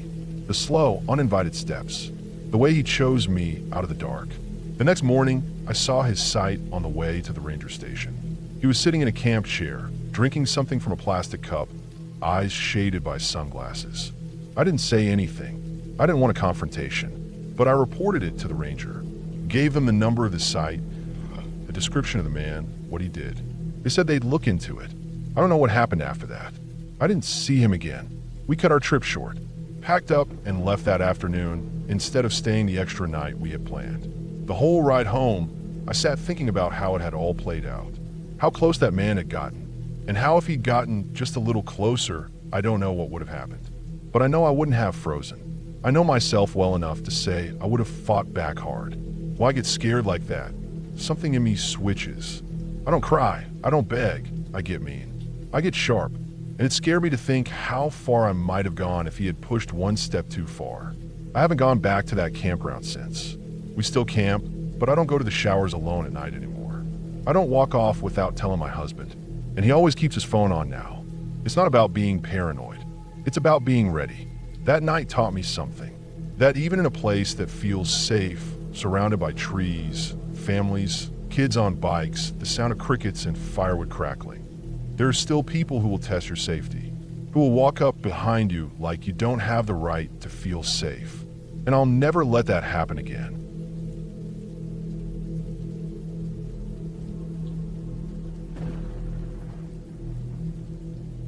I had never been to Africa before that trip. My cousin worked with a conservation group in Botswana, and he had invited me to visit. I had just quit my job and needed a break from the noise and pressure of everything back home. So I figured a couple weeks out in the wild might help clear my head. It sounded adventurous, something different. I didn't overthink it. We stayed near the edge of a large reserve, close to the bush, but not fully in it. There was a small fenced compound with 4 huts, a kitchen structure, and a shed for gear. The fence wasn't very strong. It was mostly just a thin wire running around the edge, meant to discourage animals more than stop them. My cousin said lions usually avoided the area because of the noise and human scent, and that made me feel somewhat okay about it. But still, being surrounded by wilderness was something I wasn't used to. At night it got very dark. No streetlights, no city hum, just crickets and the occasional distant bark or call of some animal I couldn't recognize. The first couple of nights went by without anything unusual. During the day, we drove out into the reserve to take photographs and check tracking collars on elephants and zebras. It was hot, dusty, and beautiful. At night, we cooked simple meals, sat under the stars, and then went to bed early. The hut I stayed in had a solid wooden door, a narrow bed, a small desk, and a battery-powered lantern. There were gaps at the top of the walls where the wood slats didn't quite meet the roof, and I could sometimes hear the wind or insects slipping through. The nights were loud with nature, but after a while it all blurred into background noise. It was the 4th night when I noticed something different. I had gotten up to pee around 2 a.m. The toilet was in a separate outhouse about 20 feet from the huts. I grabbed my flashlight and stepped outside. It was colder than I expected, the kind of dry, brittle cold that made the hairs on my arms stand up. The sky was huge and full of stars. I walked slowly to the outhouse, trying not to trip on the uneven dirt path. Halfway there, I heard something, a heavy, low sound. Not like the yapping of jackals or the chirping of frogs. This was deep.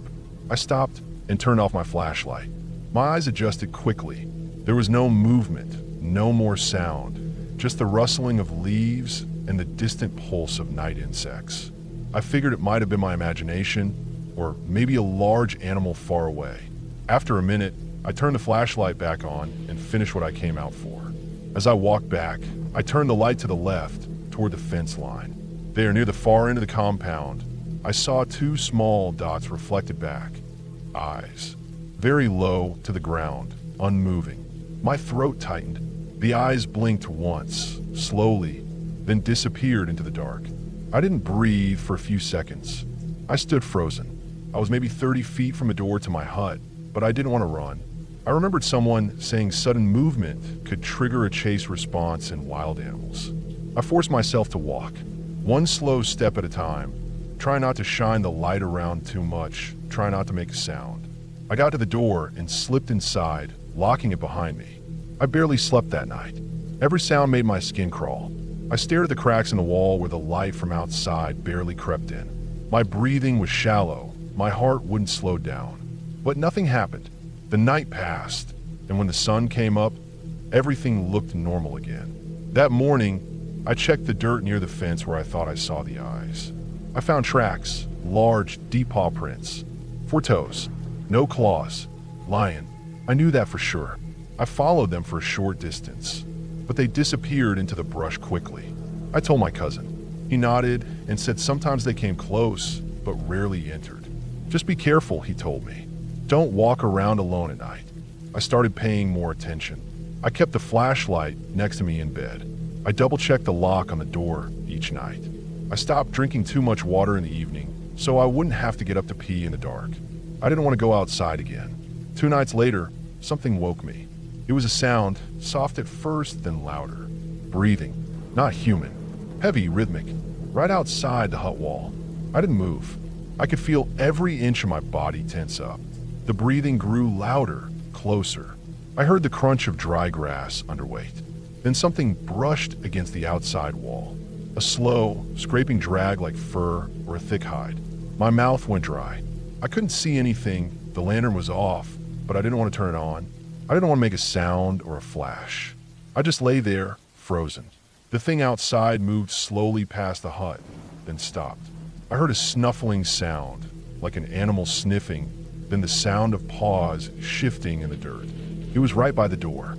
I pictured the thin wood. I remember how the latch was just a small metal hook and loop. No real lock. Nothing that would stop anything determined.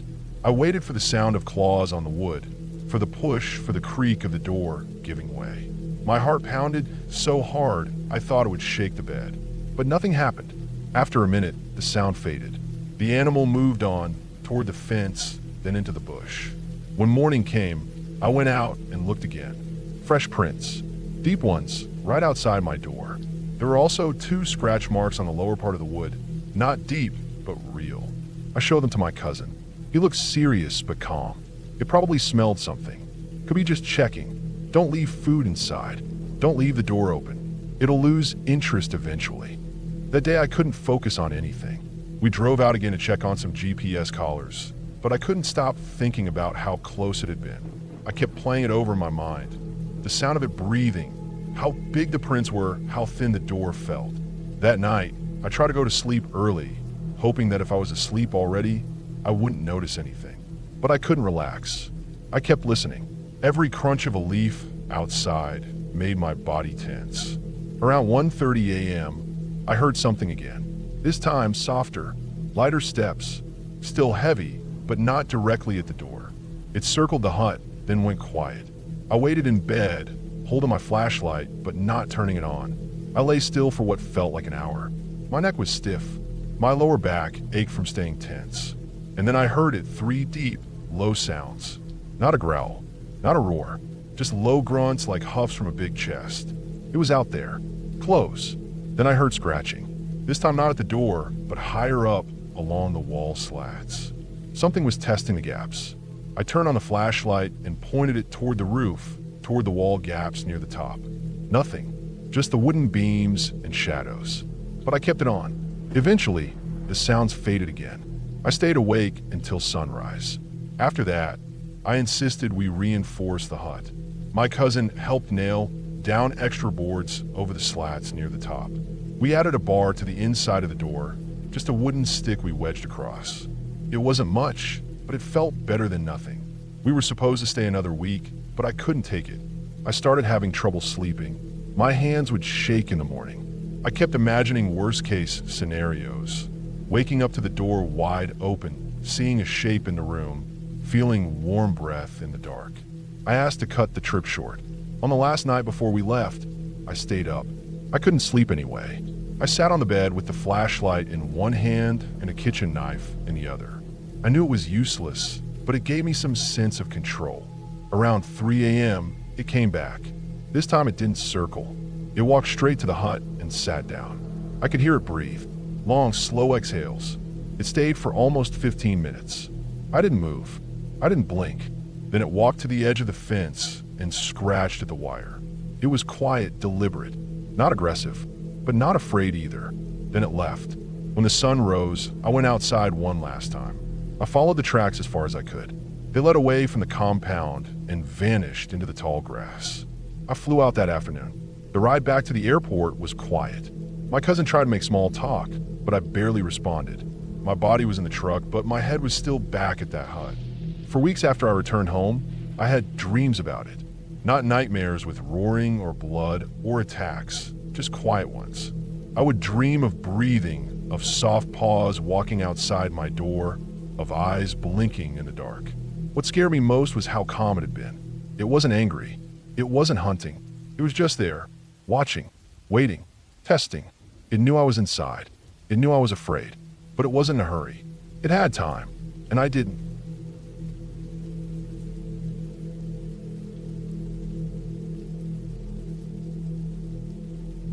I booked a small Airbnb guest house in the suburbs while visiting a friend out of state. It looked perfect in the pictures. Bright little place tucked behind someone's house, separated by a white wooden fence with its own keypad lock, a little patio with a chair and table, and some potted plants near the entrance. It was quiet, not in a busy part of town, just a long line of houses with trimmed lawns and wide driveways. The host didn't live in the main house. They just rented the guest house behind it. They sent the code and instructions the day before I arrived. The keyless entry was easy. Just punch in the digits and push the door. The first night, everything was fine. I unpacked, made some tea in the little kitchenette, and watched something on my laptop before going to bed around midnight.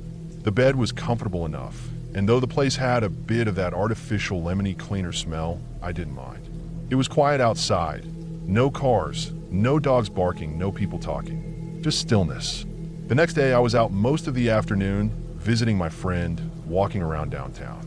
Got back in the evening, took a shower, then went out again to grab dinner. It was when I came back that I noticed something weird.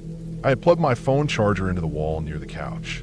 When I got back, the charger was on the floor. Not completely far off, but kind of halfway out, like it had been unplugged and dropped. At first, I didn't think too hard about it. I assumed I must have knocked it off when I left. Maybe I tugged the cord and didn't realize. I plugged it back in and forgot about it. I didn't check anything else. I wasn't the paranoid type. I double-checked the lock on the door, still set to locked. Nothing else seemed off. Third day, I went about the same routine. I left around lunchtime, hung out with my friend, and got back later in the evening. I remember feeling a little uneasy when I came back in. Not sure why. I think it was because the curtain was slightly open when I was pretty sure I'd left it fully drawn. Again, I brushed it off. I heated up some food, watched a movie in bed, then got sleepy around midnight. Around 2 a.m., I woke up. Not sure what time exactly, but close. The room was dark, just the little light on the smoke detector blinking every 10 seconds. At first, I didn't know what had woken me. I thought maybe I'd had a dream or needed to use the bathroom. Then I heard a soft clicking sound. Not loud, but distinct, like the sound of the door unlocking and the latch being released. I was lying on my side, facing the wall, and I froze. I listened hard. It was so quiet that I could hear the shift of the air in the room. Then I heard the door creak, just barely, and I turned my head slowly toward it. The door to the guest house was open about 4 inches, just enough for someone to slip in. I couldn't see anyone right away, but then I saw a shape, just a dark outline of a figure. Someone had stepped inside. One step, maybe two, then stopped. My eyes were wide open, and I felt like my heart was hammering against the mattress. I didn't move, didn't even breathe hard. The person didn't say anything. They just stood there, then after a few seconds, backed out. The door closed quietly. I heard the latch click again. I didn't get up immediately. I just lay there, trying to make sense of what had happened. My body was tense, like I was still hoping I was imagining things. After maybe a full minute, I got out of bed as quietly as I could. I walked barefoot to the door and checked it. It was closed but not locked. I turned the bolt manually, then the bottom knob. Both had been unlocked. I didn't sleep again that night. I sat on the edge of the bed with my phone in my hand, debating whether to call the police. But I didn't really have anything concrete. Nothing was stolen. No one broke in. It didn't look like forced entry. I kept checking the door over and over, then sat back down. I waited for morning. Every creak of the walls, every sound outside, made me jump. As soon as the sun started coming up, I messaged the host.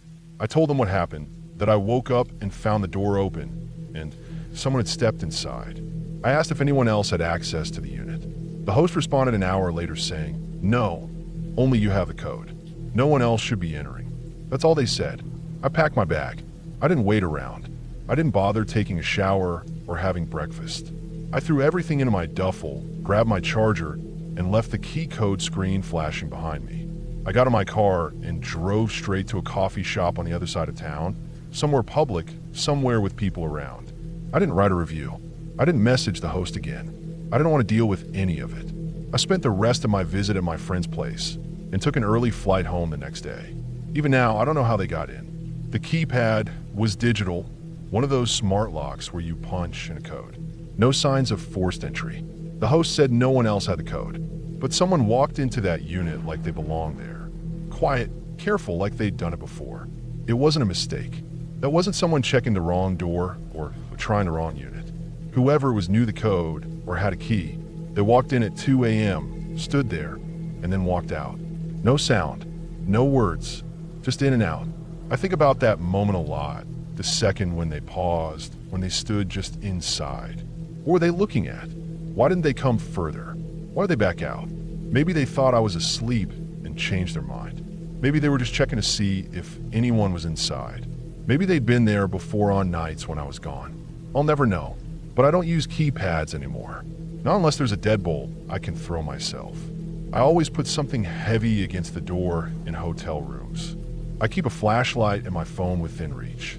And I haven't stayed in another detached guest house since. It was quiet. It was clean. It was cute. And someone walked in like it was nothing.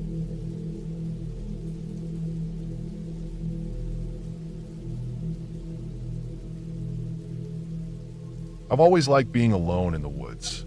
There's something about walking through trees, away from traffic and lights, that clears my head better than anything else. It's quiet, simple. I've been doing it for years, usually short weekend trips, just me, my pack, and a tent. I always checked trail maps, packed light, but smart, and made sure to leave my route with a friend. I wasn't careless. I just liked the silence. Last fall, I decided to try a new stretch of forest I'd never been to before. Public land up north, dense, barely used trails, supposedly good for those looking to disconnect. I drove up early Friday morning, parked at a small gravel lot, and started hiking in before noon. The air smelled of pine and dry leaves. The sky was clear. I felt good. The trail was marked, but not well. Just small wooden signs every half mile or so. I didn't care. I had a compass and a printed topographic map. I planned to go about 6 or 7 miles in, make camp near a small stream I'd marked, and just stay there for 2 nights. The first few hours went smooth. Barely saw another person. Passed an older man with a walking stick going the opposite way. He just nodded at me and kept going. That was the only person I saw all day. Around 4, I found the spot I'd picked out. Stream wasn't much, more like a trickle between rocks, but it would do. I set up my tent under a stand of tall fir trees and gathered some firewood. I had no cell signal, which I expected. No noise except the wind in the trees. I cooked dinner, dehydrated beef stew, and sat by the fire as the light faded. It was one of those deep, dark nights. No moon, Stars were bright through the branches. I sat by the fire for an hour or two, then climbed into the tent and fell asleep. I woke up once in the middle of the night. Heard something, not loud, just a snap, like a branch breaking, but it wasn't close. Could have been anything, a raccoon, a deer. I laid there listening for a minute. Nothing else came. I drifted off again. Next morning was normal. Cold. My breath fogged the air. I boiled water, made coffee, and ate a protein bar. I decided to explore a bit, take a loop trail that started a mile east of camp, and circled back through the woods. Left my tent up, packed a day bag with water, snacks, and a first aid kit. Walked east for a while and found the fork in the trail. That's when I noticed the marks. Just past the fork on the left side of the trail, a few trees had what looked like knife cuts in the bark. Not natural scrapes from deer. Clean, straight lines like someone had used a blade. I stopped and stared at them. One had 5 cuts running down vertically, all even and deep. Another had a small symbol carved in, maybe a triangle or a pyramid. I took a picture with my old point-and-shoot camera I carried for the trip. Figured it might be nothing. Kids or something. Still, it felt strange. There was no campground nearby, no road within several miles. Who would be carving things out here? I kept walking. Did about 5 miles before circling back toward camp. Past no one, not even a squirrel. Just birds, wind, and the crunch of my boots on dead leaves. When I got back to camp, I noticed something off. My tent flap was open. I always zipped it shut. Always. Even if I'm just walking to the stream. My pack was still inside, nothing missing, but the zipper was halfway down like someone had peeked in. I looked around. No footprints. Ground was covered in old needles and leaves. Hard to tell if anyone had been there. I felt a tightness in my chest. Could have been the wind. Maybe I didn't zip it properly. Still, I checked everything. No animals got in. Food bag was untouched. Stove and utensils were where I left them. I told myself it was fine. Still, I kept my knife in my jacket pocket for the rest of the day. I didn't go far, just stayed close to camp, gathered more wood, kept the fire going. As the sun set, I felt uneasy. It wasn't like me. I've spent nights in worse places, but something about that open flat bugged me. When it got dark, I lit the fire again and sat close to it. Every time a twig snapped in the distance, my head jerked. I kept looking into the woods, but saw nothing. Just shadows. At some point, I got too tired to stay up and crawled into the tent. I kept the knife next to me, slept in my clothes. That night, I woke up around 2 a.m. It was the sound again, a soft rustle, not wind, something else. I held still, listening. It came from the direction of the stream, like someone stepping slowly through leaves. I unzipped the tent a couple inches and peeked out. Couldn't see anything. The fire had burned down to ash. I waited, holding my breath. Heard the sound again. Closer now. Not fast. Careful steps. I stayed like that for 15, 20 minutes, knife in hand, heart pounding. Eventually, the sounds faded. I never saw anyone. Never saw anything. I waited another hour, staring out, eyes burning. Then I finally laid back down, still dressed, but didn't sleep. Not really. In the morning, I packed up fast. Didn't cook, didn't eat. Just stuffed everything into my pack and got out. I kept checking behind me as I walked, scanning the trees. I took the same trail back toward the lot, hiking fast. About halfway there, I found more carvings. A different set of trees, deeper in. This time, they weren't random. It was a line of them, 6 trees in a row, all marked with slashes at head height. Same spacing, same depth. It felt deliberate. I took more pictures. I started walking even faster. I just wanted to be back in my car. I'd never been scared like this before. I wasn't imagining it. Something wasn't right. When I finally got back to the parking area, I saw something that froze me. Another car was parked next to mine. It was old, beat-up gray sedan. No plates. Dirt caked over the windows. Looked like it hadn't moved in years, but I knew it wasn't there when I arrived. The dust wasn't that thick, and it was still warm to the touch. I didn't stop to figure it out. I unlocked my car, threw my pack in the back, and left. Didn't look back. Didn't eat until I was over an hour down the highway. When I got home, I looked over the photos I took, especially the ones of the carvings. I zoomed in, checked them one by one. That triangle I saw earlier, it wasn't just a triangle. It had an eye inside it. Rough, crude, but there. The others were just slashes, but consistent. Too consistent to be random. That night, I couldn't sleep. Every time I closed my eyes, I kept seeing the trees, the shadows, that moment where I heard someone walking but never saw them. I didn't tell anyone right away. I thought maybe I was just being paranoid. Maybe someone else was out there, some weird camper or survivalist. Maybe it was just coincidence.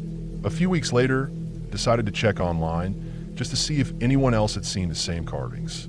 I found a few mentions, not many. A post on a forum from years ago talked about the same woods.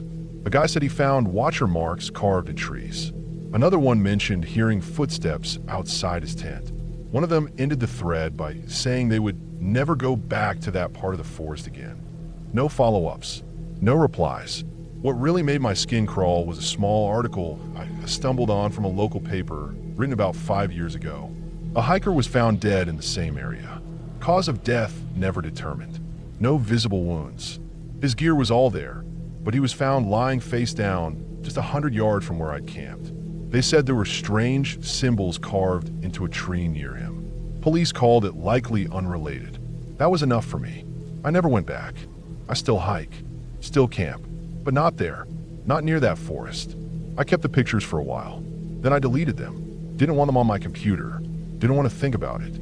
Even now, months later, I sometimes wake up in the middle of the night thinking I hear those same slow footsteps in the leaves. Just soft, just outside the window, but there's never anything there. I get up, look outside. Just dark trees and silence. I tell myself it was just some strange person in the woods. Maybe a hermit. Maybe some twisted loner marking trees for reasons I'll never understand. But deep down, I know I wasn't alone out there. I know someone was watching. Maybe from the first day. Maybe longer. And I know one thing for sure. I should have never unzipped that tent. I should have never looked. Because even now, when it's quiet and still at night, I can still see the shape of those marks carved deep into the bark. And I can still hear the sound of something walking slowly through dry leaves. Not fast, just steady, like they were never in a rush. Like they knew I would leave, but they'd still be there.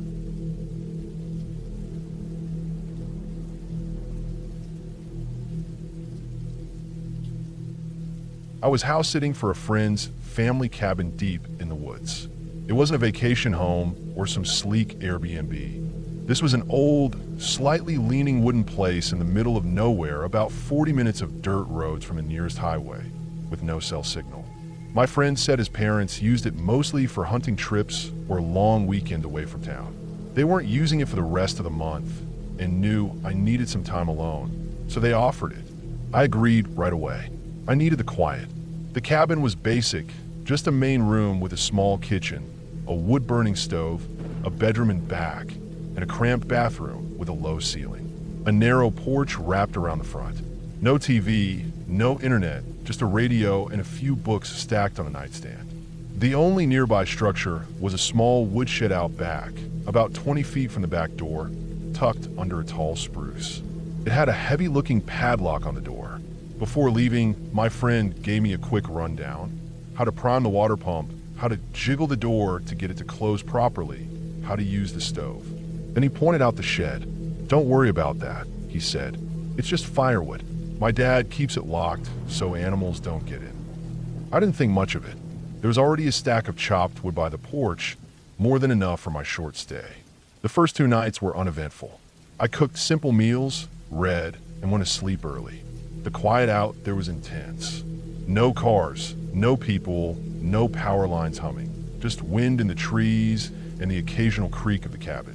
At night it got cold, even though it was late spring. I kept a fire going in the stove and used 2 blankets. It took a while to fall asleep both nights because of how dark it got, pitch black. The kind of dark that makes you feel like your eyes are closed even when they're open. On the 3rd night, sometime past midnight, I was pulled out of sleep by a sudden, loud metallic slam. My heart jumped. It wasn't the kind of sound you imagine in a dream. It was sharp and real. I lay still for a moment, trying to listen. At first, nothing. Then another noise. A soft creak, then a light, rhythmic tap. Wood shifting maybe, or something bumping lightly. I got out of bed and moved slowly to the window that faced the back of the property. It was hard to see at first. I pressed my face to the glass, trying to adjust to the darkness. Then I saw movement. The woodshed door was wide open, swinging gently in a breeze. The padlock was still hanging from the latch, unlocked. That made no sense. I threw on a hoodie and grabbed the flashlight.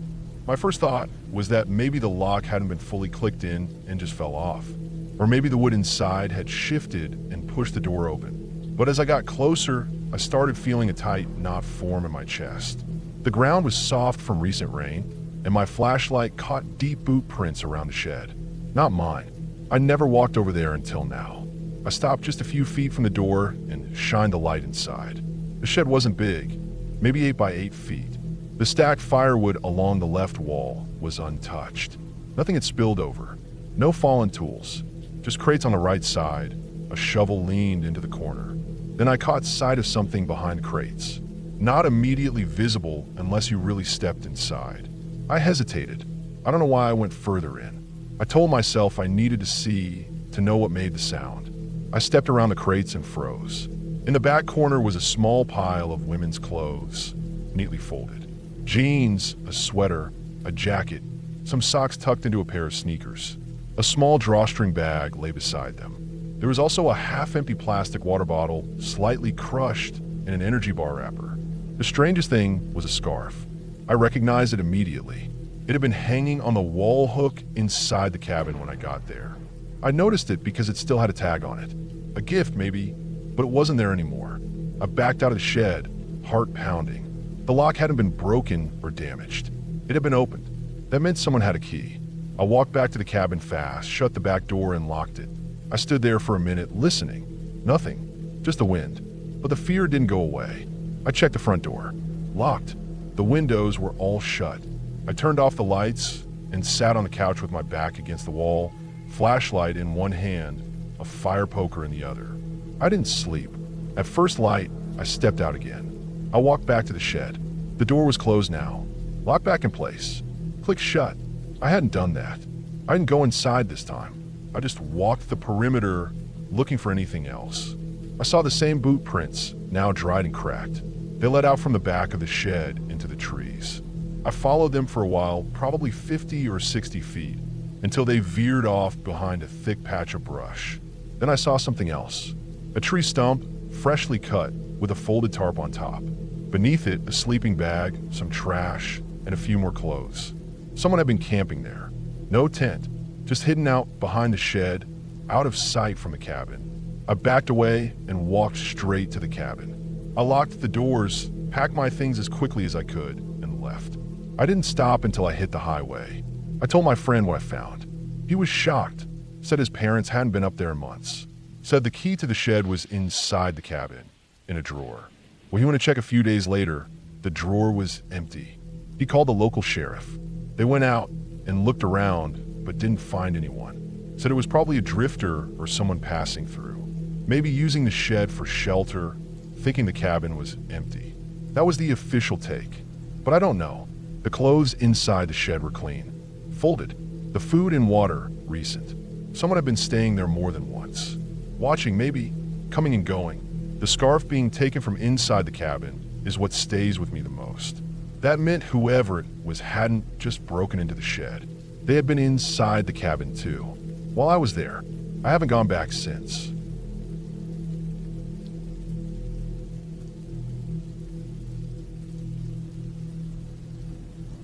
It was late September, just cold enough that the nights could get uncomfortable without a good sleeping bag, but not so cold that it kept us from heading out for the weekend.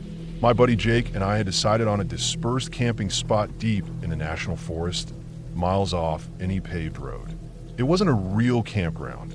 No restrooms, no picnic tables, no designated fire rings. Just forest, which was exactly what we wanted. We'd found a spot earlier that day after driving slowly down a bumpy Forest Service road for a while. The clearing was just big enough for our 2 tents, with a ring of trees on all sides. There was a fire pit someone had made out of rocks, which saved us the trouble of building one. We got our tents set up by mid-afternoon and spent the rest of the daylight hours hiking a bit and gathering deadwood for the fire. We weren't expecting to see anyone. This was the kind of place where you had to really want to be away from people to find it. No signs, no cell service, no power lines. Just pines and silence. We weren't idiots, though. We both brought protection. I kept my handgun in a side pouch on my pack, and Jake had us locked in his truck. Not because we were paranoid or trying to play tough, but because you never really know who or what might show up in the middle of nowhere. That night, we got the fire going just before it got dark. It was clear, stars all over the sky, a crescent moon hanging low. We cooked some food over the fire, drank a couple beers, and just sat, listening to the crackle of the wood and the distant sounds of the forest. Every now and then we'd hear an owl or some small animal moving through the brush, but nothing unusual. Just normal forest sounds. It was late, real late. Sometime after 1 a.m., maybe 2. Neither of us had a watch on, and like I said, there was no signal. We were just sitting near the fire, kind of zoned out, half talking, half staring into the flames. Jake had gotten up to stretch and wandered over toward the tents, which were about 10 or 15 feet away, when we both heard it, the low rumble of a motor. Far off at first, but getting louder. It was strange. We hadn't seen another car for at least an hour before we even turned off the main forest road to get to the site. It was the kind of place you didn't just stumble onto. You had to look for it. So the sound of an engine that late at night didn't feel right. Jake and I both stopped moving and just listened. The fire crackled. The engine got closer. The trees blocked most of the view, so we couldn't see headlights at first, just the glow through the trunks as the vehicle approached. Then it turned off the main Forest Service road and started down the same rough path we had taken hours earlier. It was coming straight for us. Jake walked back toward me. Neither of us said anything. He reached into the gear bag by the tent and grabbed his flashlight. I stood up slowly, moved toward the front of the campsite where the truck would pull in, and pulled my handgun from its holster. I wasn't aiming it at anything. I just held it down at my side. But I held it in a way that made it obvious it was there. The headlights swung wide as the truck came into the clearing. It was a pickup, old, loud, and lifted high off the ground. The kind of thing you see on back roads and don't ask too many questions about. It pulled halfway into the site and then stopped. The engine kept running. The light stayed on. For a moment, nothing happened. Jake, without saying a word, walked around behind me and turned on his flashlight. But not just in any direction. He aimed it right at my back. It lit me up completely, turning me into a silhouette. Just a solid figure, standing still, holding a gun. Anyone sitting in the cab of that truck saw exactly what they needed to see. I didn't move. I didn't speak. I just stood there. The engine idled for another few seconds. Then the truck shifted into reverse. The tires crunched as it backed up slowly, then turned and drove back out the way it came. The red glow of the taillights faded through the trees, and the sound of the engine got quieter and quieter until it was gone. I stood there for a long time after that, maybe a full minute. Jake stayed behind me with the light on. Neither of us said anything. Eventually, I lowered my arm and walked back toward the fire. My legs felt heavy. My heartbeat had finally started to slow down, but there was still that tight feeling in my chest. We sat down again, but it wasn't the same. The night felt different now, less peaceful, more alert. Every sound in the forest felt closer, more intentional. We kept the fire going a little longer than we normally would have, like the light itself gave us some kind of safety. Jake never said much, but I could tell he was thinking the same things I was. Who were they? Why did they pull in? There were no signs leading to this place. No indication from the road that anyone was camped here.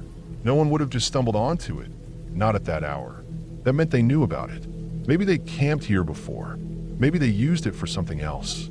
Whatever it was, they saw us, saw that we were armed, and they left. Quickly. I don't think they were lost. You don't drive that deep into the woods in the middle of the night looking for directions. And if you're just out for a drive, you don't take the roughest, narrowest turnoff you can find. They were looking for something. Or someone. We didn't sleep well that night. I stayed in my tent with the gun tucked under the sleeping bag by my hip. Every little noise outside made me open my eyes and listen hard. At one point, I thought I heard a vehicle again, far off, but it might have just been my imagination. It never got closer if it was real. By the time the sky started to lighten, we were already packing up. We didn't talk much. We just took down the tents, loaded the gear, and got out of there. Once we were back on the main road and had a few miles between us and that spot, We both kind of exhaled for the first time. We talked a bit about what happened. Agreed it was smart not to say anything or move too fast. Agreed we weren't going back to that area again. There are too many places to camp out there to take that kind of risk twice. And I've thought a lot about that night since. About how close it might have come to going a different way. If I hadn't stood still, if Jake hadn't lit me up with that flashlight, if I hadn't had the gun on me, who knows what would have happened? Maybe nothing. Maybe something very bad. The truth is, when you're out in the woods that far from help, you're the only line between safety and danger. Cell phones don't work. Rangers don't patrol. If something goes wrong, you're on your own. So yeah, I believe in being prepared. I believe in protecting yourself. Not because I want trouble, but because sometimes trouble finds you.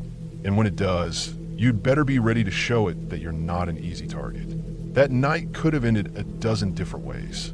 I'm glad it ended with tail lights disappearing into the woods and not something worse.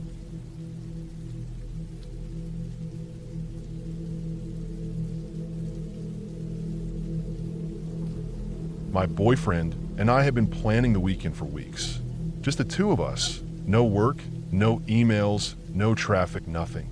We found a rental cabin online that looked simple but cozy. Wood-paneled walls, a small stone fireplace, a porch with a mountain view. It wasn't far from the main highway, but it sat just high enough into the mountains that you felt removed from everything. The pictures looked good, the price was decent, and the reviews were mostly positive. A few people said the drive up was rough, but nothing we couldn't handle. We left just after lunch on Friday, loaded the car with food, blankets, wine, a Bluetooth speaker, and a couple of old books we never had time to finish. The drive took longer than expected. The roads twisted a lot more than they looked on the map, and cell service dropped about 20 minutes before we got there. The GPS lagged, and we missed one turn, which added even more time. By the time we reached the driveway, the sun was already low in the sky. The place didn't look exactly like the photos. The siding was faded, the porch railing was warped in a few spots, and there was some moss on the roof. One of the shutters hung loose.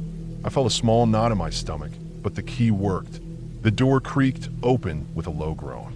Inside was better, old but not terrible. It smelled faintly like cedar and dust.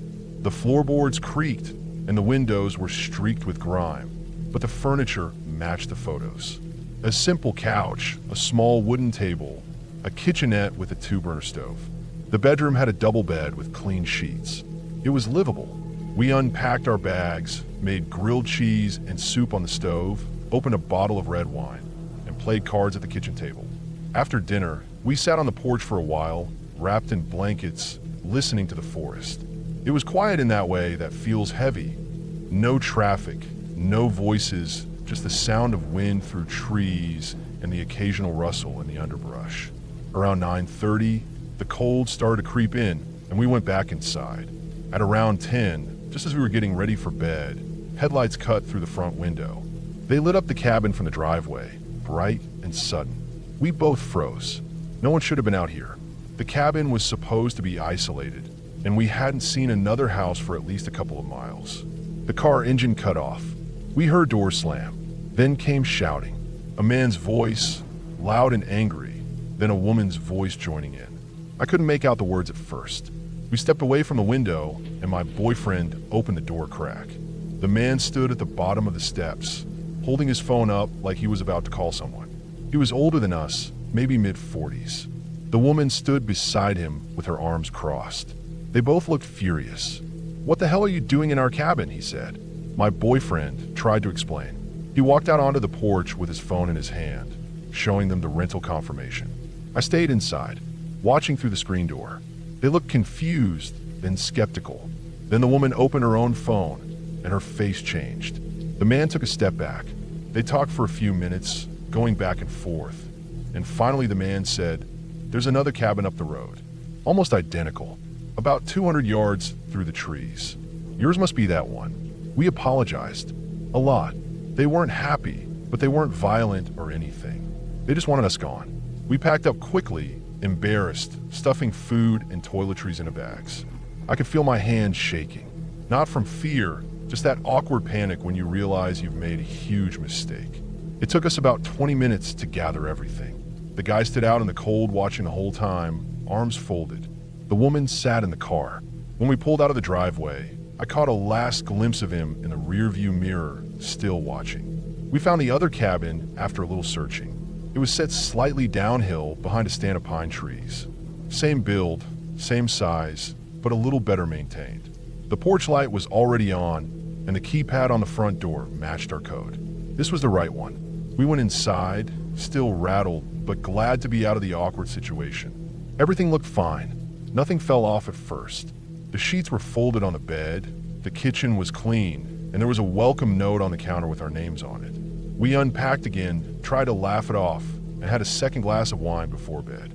But my head was buzzing with thoughts. We had been in someone else's cabin. They had walked in, shocked to find strangers inside.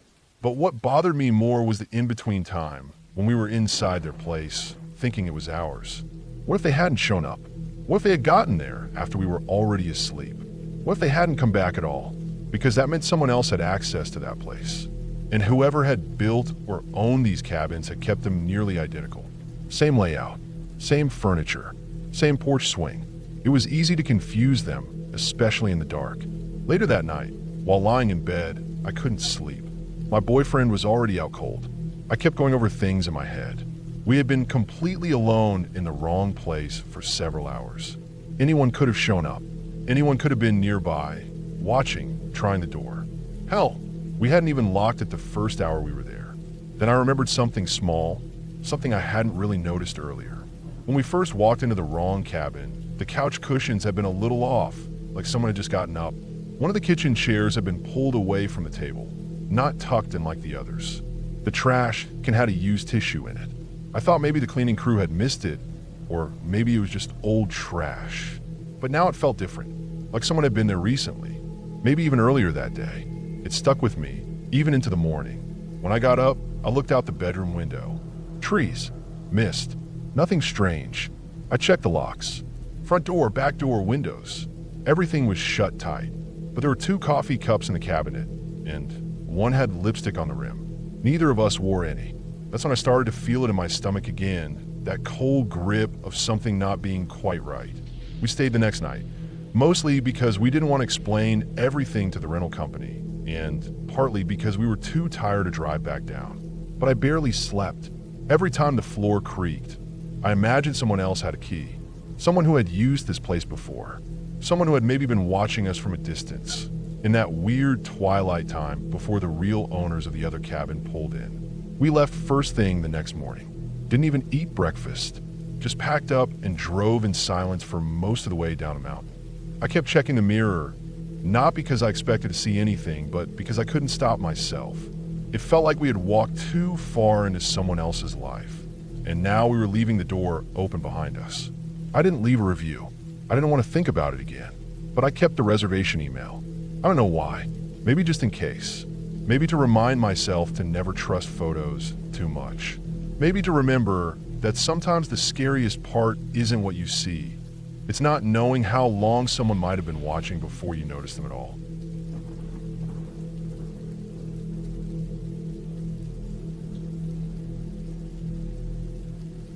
My brother and I rented a cabin way up north in Michigan for a week of hunting. It was late October, cold but not unbearable, the kind of weather where your breath fogs up in the morning but the afternoons are crisp and quiet. We'd both been working long hours all year, and this was supposed to be our break. No phone signal, no Wi-Fi, no other cabins for miles. Just thick woods and a dirt road that got narrower the deeper you went. We wanted that. Total silence. Just us and the trees. The cabin was small but solid.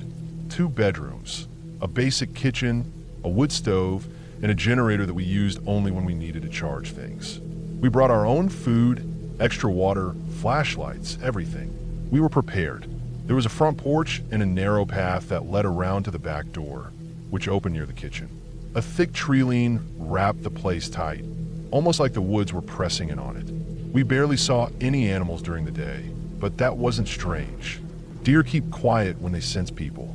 The first 2 days were peaceful. We didn't get anything, but we didn't care. We set up a blind a few hundred yards into the woods, sat there for hours just listening. The wind through the branches, the odd rustle of a squirrel or bird, distant creaks from old trees moving, natural sounds. At night we'd make a fire out front, cook something simple, and sit in the dark with our beers. The stars were clear, no planes, no headlights, nothing. It started the third night. We were inside, finishing up dinner. The fire had gone out maybe an hour earlier, and we were getting ready to turn in. That's when we heard it. 3 sharp knocks. Not like something falling or the wind brushing branches. Real knocks. Fast and even. 1, 2, 3. Then nothing. We looked at each other. It had come from the back door, near the kitchen. We waited, didn't move. I thought maybe it was a branch or an animal rubbing against the wood. But nothing followed. No steps, no sounds in the leaves, just silence. We grabbed our flashlights and went out through the front. Circled around slowly. Nothing was there. No movement. No animals bolting. The leaves were undisturbed. The ground was a bit wet from an earlier drizzle, and we didn't see a single track. We stood out there for a while, shining the lights into the trees, watching for movement. Eventually we went back inside, locked the doors again. About 25 minutes later, another set of knocks. Same spot. Back door.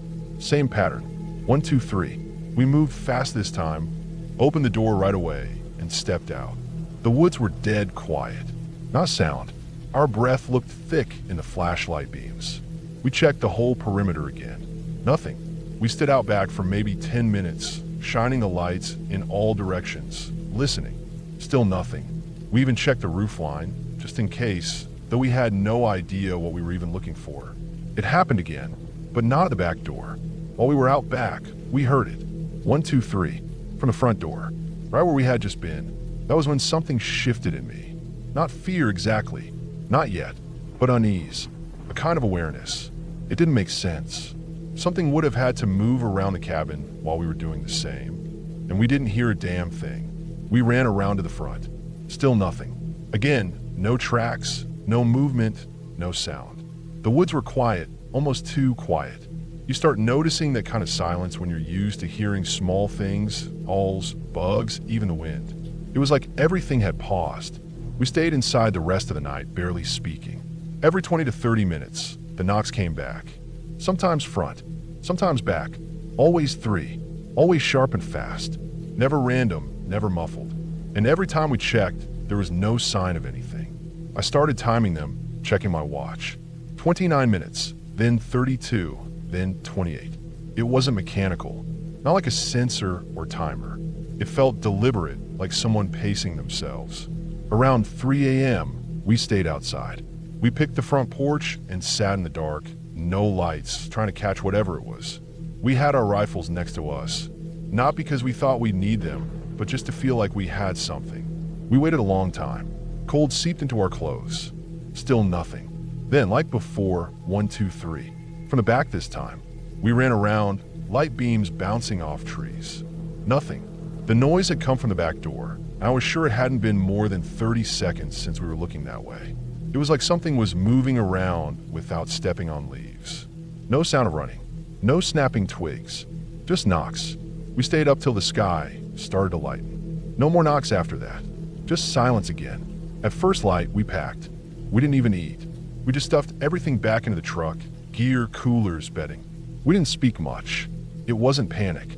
It was more like we both understood something was wrong, and staying wasn't worth figuring it out.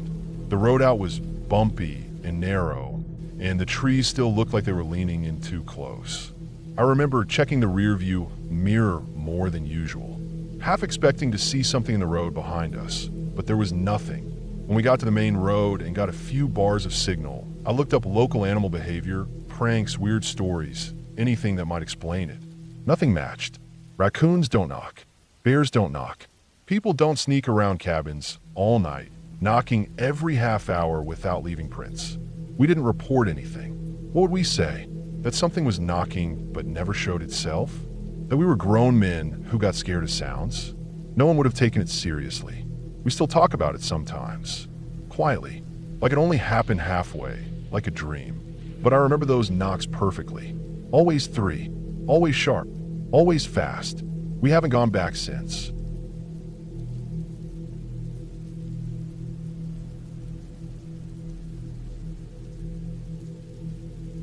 I booked the Airbnb because I needed a break. Nothing fancy, just a small solo retreat to clear my head after a few stressful months. The listing was for a modest, older house on the edge of small town. It wasn't updated or modern, but the review said it was clean and quiet, and that's all I cared about. I didn't want crowds or a hotel lobby. I wanted silence, a place to read, sleep, maybe go for walks. Somewhere no one would bother me. The house had 2 bedrooms, even though I'd only be using one. I figured maybe it had once been a family home. It had that feel. Lived in, but not in a bad way. The furniture was old, but not broken. The couch was a little saggy in the middle, and the wooden floors creaked in certain spots, especially near the kitchen. There were a few outdated decorations, a dusty fake plant in the hallway, an old clock that didn't tick anymore, but everything was clean. No bugs, no grime, just a little worn, which made it feel more like someone's house than a rental. I actually liked that. The first 2 days went by quietly. I read a lot, took naps, cooked simple meals, walked around the neighborhood, which was quiet and kind of sleepy. No one waved, but no one stared either. It felt like a place people went to be left alone. It was cloudy the whole time, gray skies, a bit of wind in the trees, but that didn't bother me. I barely even checked my phone. It was just what I needed. The third night, something changed. I was brushing my teeth when I felt a draft in the hallway. It wasn't a strong gust or anything, just a cool flow of air near my feet that made the hair on my legs stand up. The heat was on low, so it didn't make sense. I walked over, barefoot on the wood, and tried to figure out where it was coming from. The window at the end of the hallway was shut. No vents down there either. But the wall, something about the wall didn't seem right. It was the left side, across from the second bedroom, I wasn't using. The wall looked normal at first. White paint, a few scuff marks. But when I stood close, I noticed a narrow seam running about 2 feet above the floorboard, like where 2 panels met. It wasn't very visible unless the light hit it just right. I knelt down and touched it. Hollow. I knocked lightly, and it didn't sound like the rest of the wall. There was a different tone, less dense, like there was an empty space behind it. I told myself to stop, that it didn't matter. Maybe it was just a patch or an old repair. But then I saw something strange near the baseboard, just the tiniest gap, maybe from the house settling over time. I don't know what made me press on that part. Maybe it was just curiosity, maybe something deeper. But when I pushed gently with my thumb, I felt a small click. The panel shifted inward. I froze. My heart started to beat faster. I didn't open it all the way right away. I just stayed still, waiting for something to happen. Nothing did. No sound, no movement. I pushed a little more, and the panel swung open, revealing a narrow, dark space behind the wall. It was a hidden room. Not even a full room, more like a crawl space or a passage, but bigger than a closet. It was about 6 feet deep, maybe 3 feet wide. Enough for someone to lie down in. There was a cot, thin mattress, stained, a blanket rolled up at the end. Next to it was a pile of empty wrappers, granola bars, chips, little packs of peanuts. A couple of water bottles. One was half full. There was a small plastic bin with what looked like some clothes stuffed inside, and a phone charger, plugged into an outlet tucked into the wall. It was the kind of charger you'd find anywhere, cheap, frayed near the connector. But it meant someone had been using it. Recently, I didn't touch anything. I just stood there, staring at it. The air smelled musty. Not like rot, but like someone had been sweating in there. Breathing. Living. The panic hit me all at once. My chest got tight, my skin went cold. I turned around and walked straight out of the hallway, grabbed my phone, and snapped a bunch of pictures of the open panel, the cot, the food, the charger, everything. Then I packed. Fast. I didn't stop to eat or even change. I shoved everything into my bag, threw on my jacket, and walked out the front door. I didn't care that it was late. I didn't care that I hadn't booked another place yet. I got in my car and drove 20 miles to the next town, checking into a motel off the highway that smelled like mildew and cigarettes. It didn't matter. I locked the door and stayed up most of the night with the lights on. In the morning, I sent the pictures to Airbnb support. I explained what I'd found, described everything in detail. I wasn't dramatic about it. I just gave them the facts. No one should be renting a house with a hidden space like that. Someone had clearly been staying there, and it wasn't a guest. They said they'd look into it. That was it. I didn't expect much else. But when I checked the listing again a few days later, it was gone. Just disappeared. No unavailable message, no forwarding link. Nothing. It stayed gone too. I kept checking for weeks out of morbid curiosity. The host profile vanished. Reviews still showed up in my app history, but the property was completely wiped. I never got a follow-up from Airbnb beyond a generic thank you and a voucher for future booking. I don't know who was using that space. I don't know if it was the owner or someone the owner didn't know about. I don't know how long they'd been living there or if they'd watched me while I stayed. The panel wasn't locked. It could have been open from either side. That's the part one can't shake. I keep thinking back to little things. The way I sometimes felt like the hallway floor creaked when I wasn't standing on it. The way I'd find the bathroom light on in the morning when I swore I'd turn it off. How one of my protein bars went missing from my bag, and I assumed I'd just eaten it and forgotten. I don't know. I'll never know. But I haven't stayed in a house Airbnb since. Only hotels now. Ones with cameras in the hallway, a front desk, and a lock I know no one else has a key to.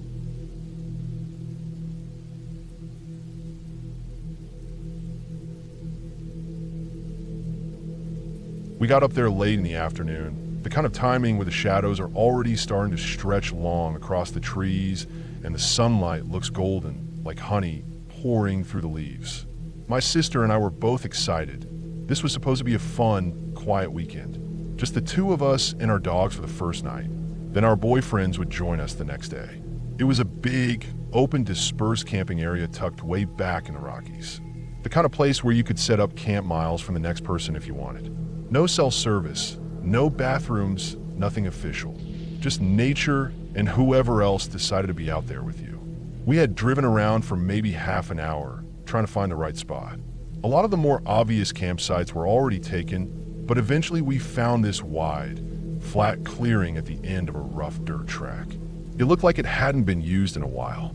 Big fire ring, some logs for sitting, a bit of a rise behind it that sloped up into thick trees. It felt private, but not boxed in. Perfect. We had just pulled up and opened the back of the car when the two guys showed up. They came walking down the same dirt track we'd just driven in on, like they'd been waiting. No gear, no backpacks, nothing that said they were camping. Just the two of them, mid-30s maybe, both in jeans and hoodies. One of them had this look in his eyes, like he was trying too hard to seem casual. The other one kept scanning behind us, like he was more interested in our stuff than us. Before they even said a word, both dogs went off.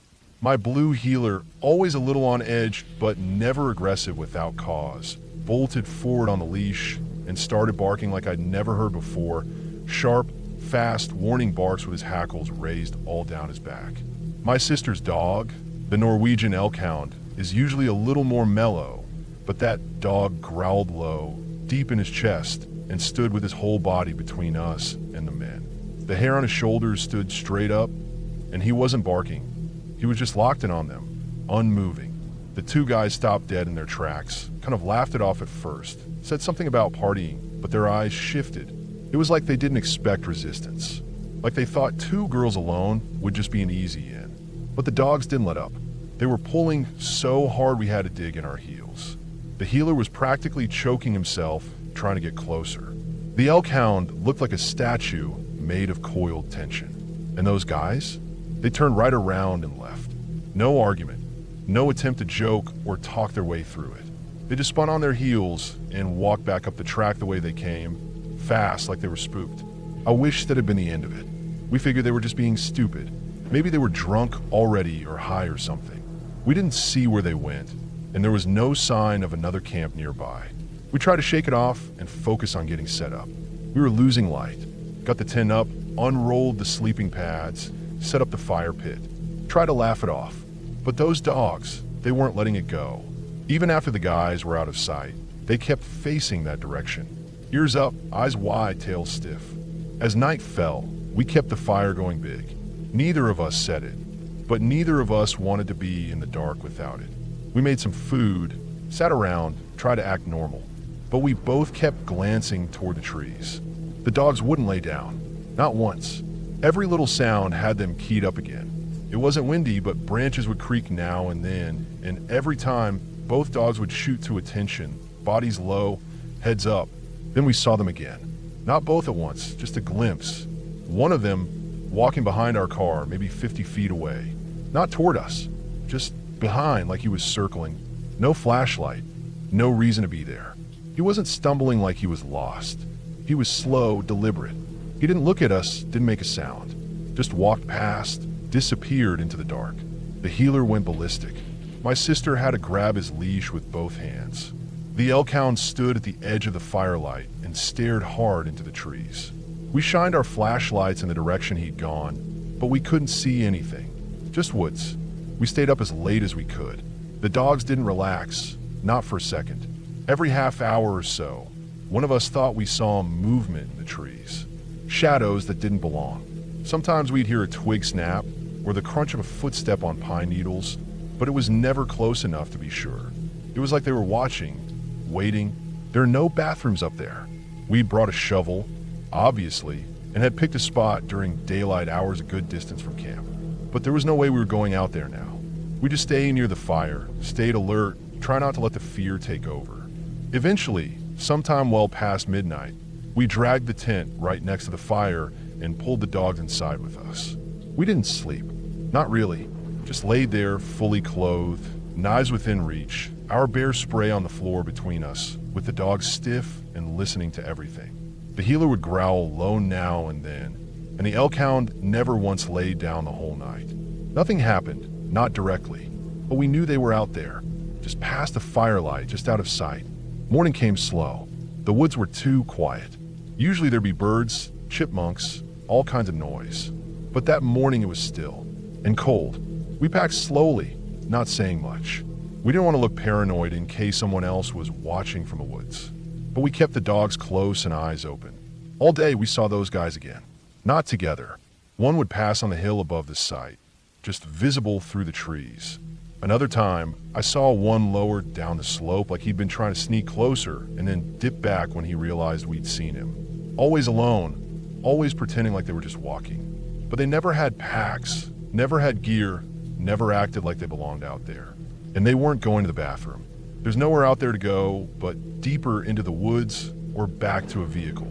They were circling, watching, waiting. By early evening the next day, we heard the sound of an engine coming down the track. Our boyfriends. 2 trucks, both loaded up with gear and loud. The second they pulled in, something shifted. I didn't realize how tight my chest had been until I saw them get out and wave at us. The dogs, for the first time in almost 24 hours, relaxed.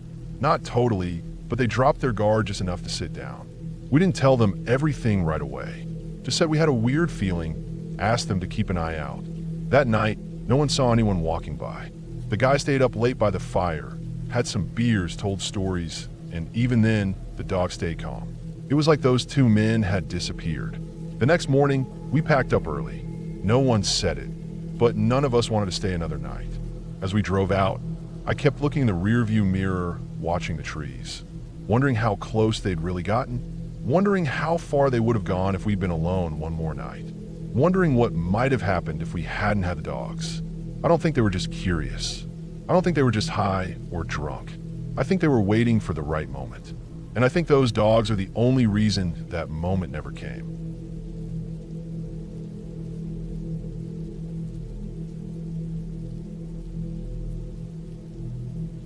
I was solo camping in a quiet part of a wildlife management area in southern Florida. I've been to this spot before and liked it because it was remote but still close enough to get a signal with my Garmin if needed. It wasn't a proper campground, just a patch of clear ground off a dirt trail about a mile off a narrow fire road, barely wide enough for my truck to squeeze through.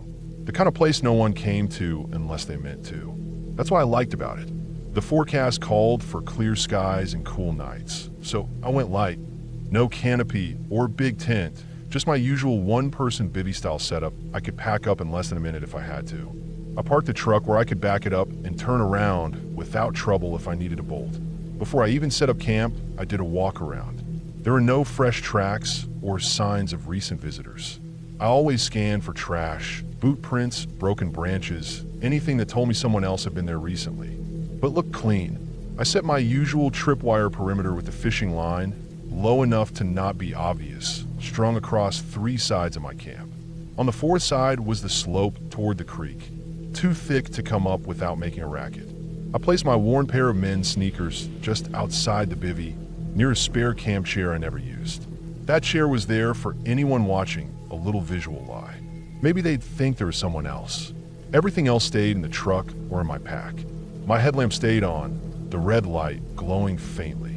I had a scream alarm clipped to my belt, pepper spray to my right, knife on the left, machete sheathed and resting on top of my pack, and the .38 tucked into the sticky holster between my chest and my sports bra. The big gator hunting spotlight was at my side, batteries charged. Shoes unlaced, but right next to me. I had my dash cam running in the truck, pointed toward the fire pit and my sleeping area. I double-checked the Garmin. Tracking was on, signal strong. I messaged my check-in contact that I was down for the night. The sun dropped fast, like it does in the woods. I stayed up by the fire until about 10:30, listening, just taking in the wind and the bugs and the rustle of raccoons and armadillos in the brush. A barred owl called off to the west. Nothing unusual. I put out the fire completely, drank some water, stretched, then zipped myself into the bivvy. The first few hours were normal. Light sleep, tossing a bit. I woke at around 2 a.m., like I usually do. It was still. No wind, no bugs. Dead quiet. That kind of silence always wakes me. Something always moves through the woods when everything else stops. I stayed still for a few minutes, just listening. The red light was still on, dim, but enough to see the shapes of my gear nearby. Then I heard it, a faint crunch. Just one. Not a branch break, not a twig snap, but the sound of weight on dry leaf litter. Human weight. It was off to the north, not far from where the trail came in. I lifted the flap of my bivvy just enough to reach out, got my hand on the spotlight, then eased the machete closer. I didn't move fast. I didn't want to make noise if they weren't close yet. Then I heard another crunch.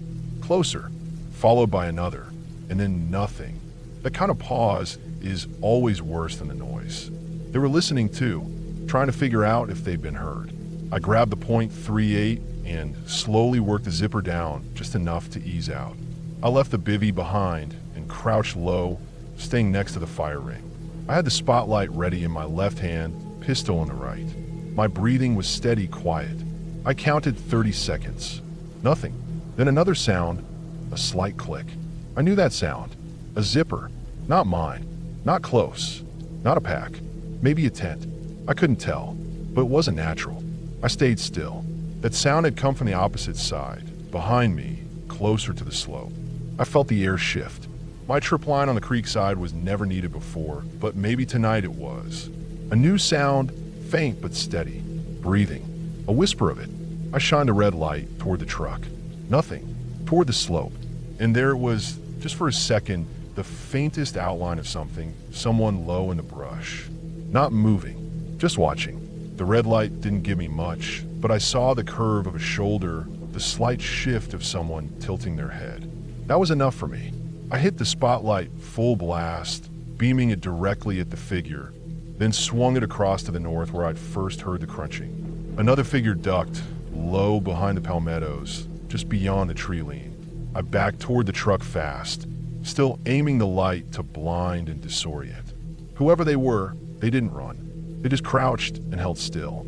That was worse than running. I opened the driver's side door and threw the machete and spotlight in. I didn't sit down, I just stepped up, half in the cab, and turned the truck on, headlights flaring to life.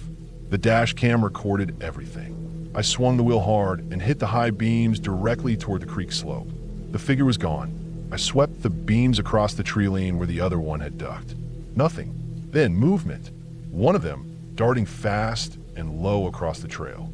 I couldn't see their face. They didn't say a word, just moved like they knew the place. I didn't wait for a better look. I turned the wheel, rolled out in reverse, then down the dirt trail as fast as I could manage without bottoming out. My hands were tight on the wheel, the .38 still within reach, the spotlight between the seats. I kept looking in the rear view, expecting to see a light or a figure or a set of headlights. Nothing. When I got back to the gate, I stopped, locked it behind me like always, and kept going until I hit the highway. Then I pulled over and messaged my emergency contact, told him I was out early, safe, and heading home. I didn't sleep that night. The next day, I went over the dash cam footage.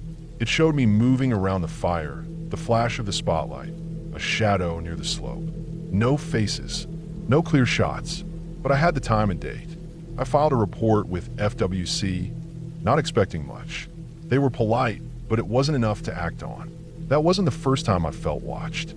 It wasn't the first time I packed up fast and left before sunrise. But it was the first time I'd seen two people at once moving around my camp. I don't know what they wanted. Maybe just gear. Maybe worse. I still go out. I still work in the wild. I still camp alone. But I added another dash cam for the back window. I run a body cam sometimes, too. I started using a second tripwire, and I never, ever let my guard down. I wasn't hurt. I wasn't robbed. I made it out. That's all that matters. But I'll never forget how quiet it got, or how long they waited before they moved.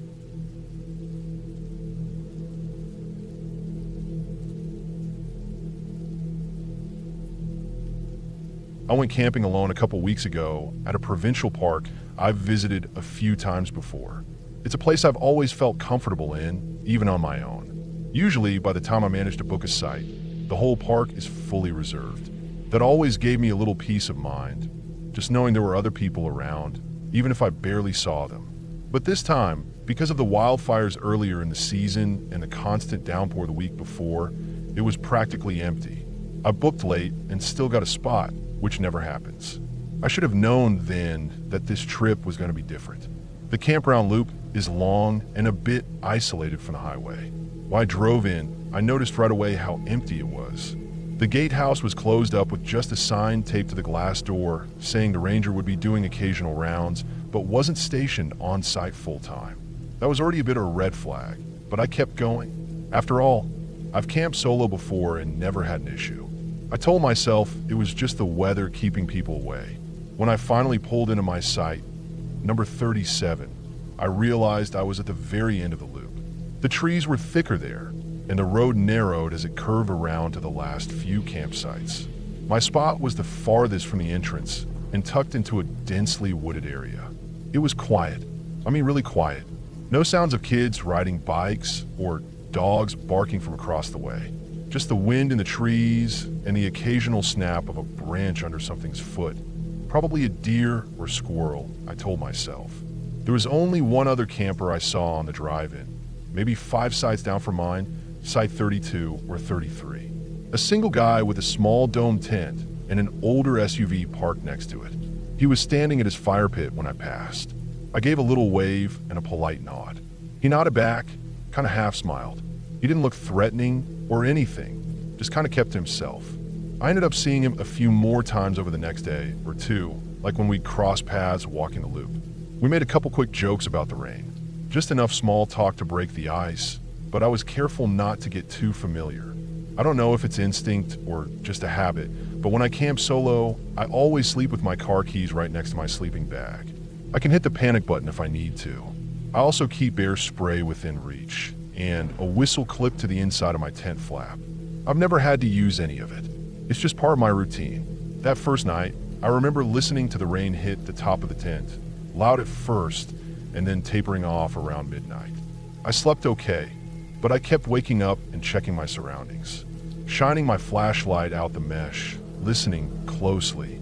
Everything felt fine, just a little eerie because of how deserted the place was. The second day, the weather got worse. It poured all afternoon. I stayed mostly in the tent, reading, making tea on my little stove under the tarp. No one new came in that I noticed. The guy a few sites down didn't seem to leave much. His vehicle didn't move all day. Once I saw him walking in the trees near his site. He didn't wave that time. That night, I stayed up later than usual, mostly just waiting for the rain to ease up before I went to sleep. Around 11, I finally crawled into my sleeping bag. It was cold and damp in the tent, even with all my gear. I clicked off my headlamp and lay in the dark listening. The wind had picked up. The tarp over my cooking area flapped in the gusts. I heard a couple loud cracks from the woods, branches snapping. That's normal. Trees drop limbs all the time when it's windy. Still, I noticed my breathing was shallow. My fingers hovered over the keys for a second. Then I pushed them deeper into the pocket beside me and rolled over. Around maybe 2 or 3 a.m., I woke up suddenly. No idea what had done it. I just remember sitting bolt upright in my sleeping bag. It was dead silent. No wind, no rain, not even the usual rustling of leaves. I held my breath. Then I heard something. Footsteps. They were slow, deliberate, not crunching leaves, but softly pressing into damp ground. Heavy like boots. They came from the direction of the trail, moving toward my sight. I stayed completely still. My heart started pounding. I reached slowly for my keys and gripped them tightly. My other hand found the bear spray. The footsteps stopped just before they would have reached the clearing where my tent was. I waited, straining to hear anything. Nothing for a while. Just a faint rustle of something brushing the side of the tent. Then a snap, like someone stepping on a twig right next to the fire pit. I hit the unlock button on my keys, and the headlights on my car blinked twice. Just a quick flash through the trees. I didn't see anyone, but I heard fast footsteps retreating back toward the road. I didn't sleep the rest of the night. I just sat there in my sleeping bag, keys in one hand, bear spray in the other, staring at the flap of the tent, watching for any shadow, any movement. When the sky finally lightened, I unzipped the tent and looked around.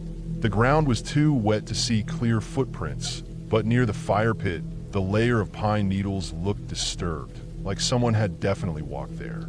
I packed up breakfast slowly, trying to act normal in case whoever it was still nearby and watching. A few hours later, I walked the loop to stretch my legs and passed by the other guy's site. He was sitting at his picnic table, looking down at something in his hands. He didn't look up. I noticed his boots were muddy. That day passed uneventfully, but my nerves were shot. I couldn't relax.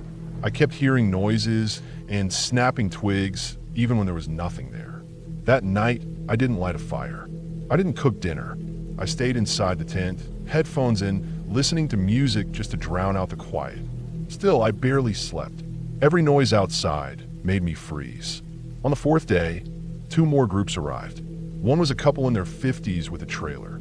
The other was a family with 2 kids, both set up in the main loop, way closer to the entrance. That helped a little.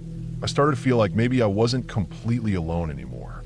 The man 5 sides down packed up and left sometime late that afternoon. I heard his SUV start, watched it drive past through the trees. He didn't wave.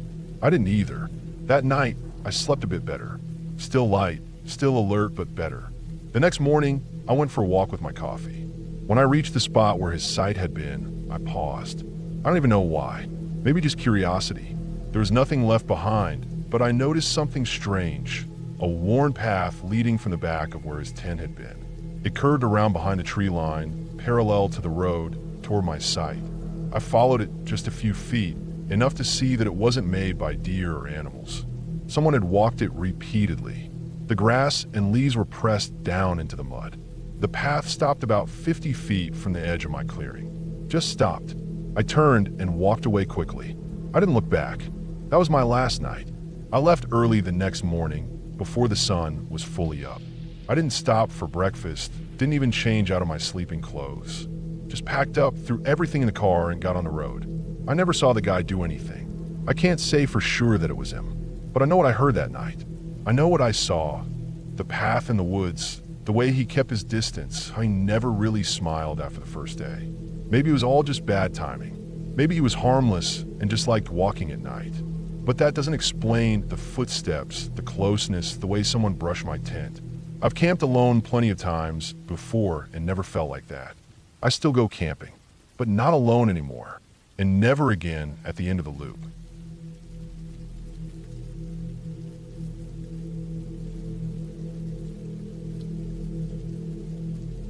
I booked a basement Airbnb unit in a quiet neighborhood just outside a mid-sized city. It looked clean in the photos, gray stone walls, new flooring, recessed lighting, basic furnishings. The listing said it was a self-contained unit with its own entrance on the side of the house. It had good reviews, and I just needed a place to sleep for a few nights while I was in town for work. I arrived in the afternoon. The neighborhood was quiet, mostly single-family homes, some kids riding bikes, trees lining the street. The main house looked well kept. Light gray siding, white trim, 2 stories. The side entrance to the basement was tucked around the back, down a few steps. The keypad worked fine, and when I opened the door, it was cool and smelled faintly like fresh paint and detergent.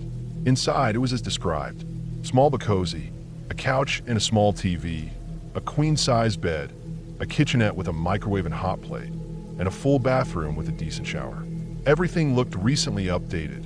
Laminate floors, neutral paint colors, no clutter. There were a few signs on the walls with Wi-Fi info and emergency numbers. Just under the staircase was a white door with a standard brass knob and a deadbolt. It was locked. The host had mentioned it in the listing, locked utility closet under stairs, not accessible to guests. I didn't think twice about it. The first night was fine.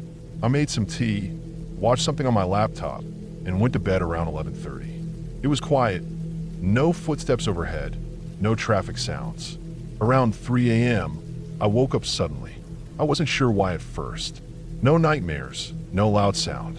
I sat up and looked around. Then I heard it. One single knock. It came from the basement entrance door. Just one knock. Not a bang, not fast. A single, quick knock. Then nothing. I sat there listening. No footsteps, no voices, no repeat. After a while, I convinced myself I'd imagined it. Or maybe some animal had bumped into the door outside. I went back to sleep. The second night, it happened again. I was asleep, then awake. Checked my phone. It was 3:02 a.m. I sat up, heart beating faster, and listened. A minute passed, then a knock. Just one. Sharp, soft, deliberate. No follow-up. I got up, walked to the door, and looked out the peephole. Nothing. I flipped on the porch light. Still nothing. I opened the door a crack, but the small yard outside was empty, dark, and still. No wind, no movement. That night, it took me longer to fall back asleep. I kept thinking about that sound. It wasn't the kind of knock someone makes if they need help. It was too soft for that, and it wasn't playful either. It was quick and oddly restrained, like someone testing something. Third night, I was already nervous when I got into bed. I left the lamp on. My phone was at 100%, flashlight app ready. I checked the porch camera through the Airbnb app. It was motion triggered, and the host said it was pointed at the side entrance.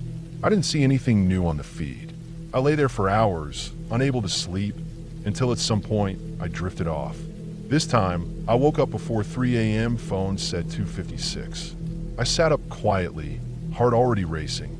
I turned off the lamp, let my eyes adjust to the dark, and stared toward the basement door. Nothing. 2:58. Still nothing. 2:59. The knob jiggled, just slightly, like someone tested it for half a second. Then the knock. Just one. Same as before. Light, quick. The same way you'd knock to see if someone might answer, but not loud enough to actually expect a reply. I didn't move. Didn't breathe for a few seconds. The door didn't open, and nothing else happened. Eventually, I got up and crept over to it. Looked through the peephole again. Nothing. I crouched and listened. No footsteps. No voices. No sound of retreating feet. It was just dead quiet. That night, I barely slept. I kept imagining someone standing just outside the door, unmoving. I kept picturing someone watching from the dark yard or hiding beside the staircase. At 5 a.m., I gave up on sleep.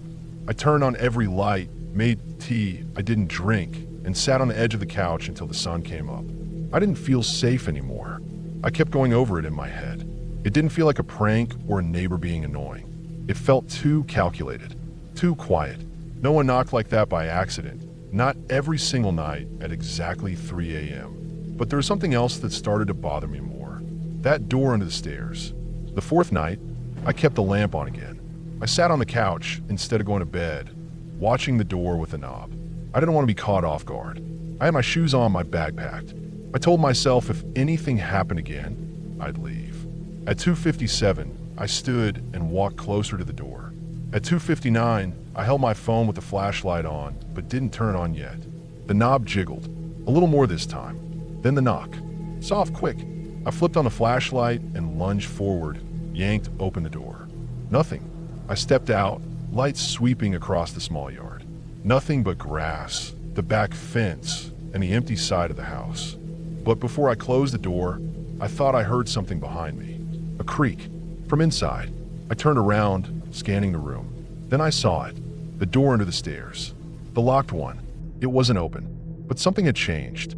The deadbolt was turned halfway. It wasn't locked anymore, just closed. I hadn't touched it. I hadn't even gone near it since I arrived. I stared at it for a long time. I walked over slowly, pressed my ear to it. Nothing. I touched the knob gently, didn't turn it. Then I stepped back, grabbed my bag, and left. I didn't even check out through the app. I walked straight up the stairs to the outside, locked the door behind me, and walked down the street until I found a gas station with lights on. I waited there until the sun was fully up. I messaged the host later and told them I had to leave early for personal reasons. They didn't ask questions. I didn't report it. I didn't want to argue about what I saw or heard. I just didn't want to think about it anymore. I don't know if someone was inside that storage room. I don't know if that door connected to the rest of the house, or if someone was using it to get into the unit at night. Maybe someone had a key. Maybe the host was lying. Maybe it was someone else entirely. But I know what I heard. I know that doorknob turned. I know that knock wasn't in my head. And I know I didn't touch that storage door. Whatever the reason, I wasn't going to wait around and find out what would have happened on the fifth night.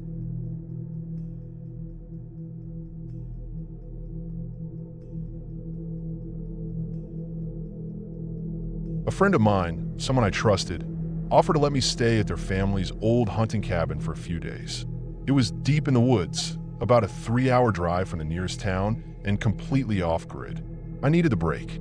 My mind had been spinning for months. Work stress, family things, just life piling on too heavy. When he handed me the keys and told me to use it as long as I wanted, I said yes without thinking twice. He gave me a few warnings. Nothing major. Said the place hadn't been used much in recent years, except for hunting season. He mentioned the raccoons specifically, said they sometimes got under the floorboards, scratched around a bit at night, maybe even nested in the crawl space. Annoying, but harmless, he said. I didn't think much of it. I've camped plenty. I figured I could handle a few loud animals. The drive up was long and winding, the road turning from pavement to gravel, and eventually just dirt with 2 tire ruts. Trees got denser the farther I drove. By the time I reached the cabin, the sun was low, casting gold light through the bare branches. The cabin itself was small, weathered but standing strong. It sat about 2 feet off the ground on short concrete blocks, the kind of place that looked like it had stood up to 100 winters and would handle 100 more. A narrow porch ran along the front. The door stuck when I pushed it open. Inside, it was basic. 1 room, wooden walls, a table with 2 mismatched chairs, a cot in the corner, an old wood stove, and a few shelves holding dusty canned food and rusted tools. There was a hand pump outside for water and a bucket toilet out behind the trees. No electricity, no cell signal. It felt perfect. That night, after making a simple dinner of canned chili over a small fire in the stove, I rolled out my sleeping bag on the cot and read by flashlight until I got too tired to keep my eyes open. I was out cold in minutes, but sometime deep into the night, something woke me. A sound, faint but steady. I lay still, listening. At first I thought it was just the wind. Then I thought it might be tree branches rubbing against the siding. But no, this sound was coming from directly beneath me. The cabin didn't have a basement. It was just crawl space under there, dirt, maybe 2 feet of headroom. And the sound wasn't scratching like an animal. It was footsteps. They were slow and even. 1, 2. Pause. 1, 2. Like someone walking in circles. Pacing. I stayed still, my eyes wide open in the dark, flashlight in my hand, but turned off. The steps continued, soft but deliberate, like someone walking barefoot on packed dirt. After a minute, I couldn't take it anymore. I reached over and tapped the floor with my knuckles, lightly, just to see if the noise would stop. It did. For a moment, the silence was total. I held my breath. Then, from right beneath where I tapped, came 3 knocks. Solid, even, as if someone under there was answering me. I froze. I didn't sleep the rest of the night. I kept the flashlight on, sitting up in my sleeping bag, listening to every creak and groan the cabin made. But after that last knock, there was nothing. No more pacing, no more noise at all. When the sky finally started to lighten, I got up and made coffee with the little propane burner I'd brought. I didn't even eat. I sat on the porch, holding the mug, trying to convince myself I'd imagined the whole thing. Maybe it was raccoons. Maybe the knocks were just something falling out of the cabin. But I knew what footsteps sounded like, and I knew what I'd heard. By mid-morning, I couldn't take it anymore. I needed to see for myself. The crawl space had a small wooden panel on one side, just a couple feet wide. I grabbed my flashlight, got on my knees, and pulled the panel open. The smell that came out was musty and stale, like rotting leaves and old wood.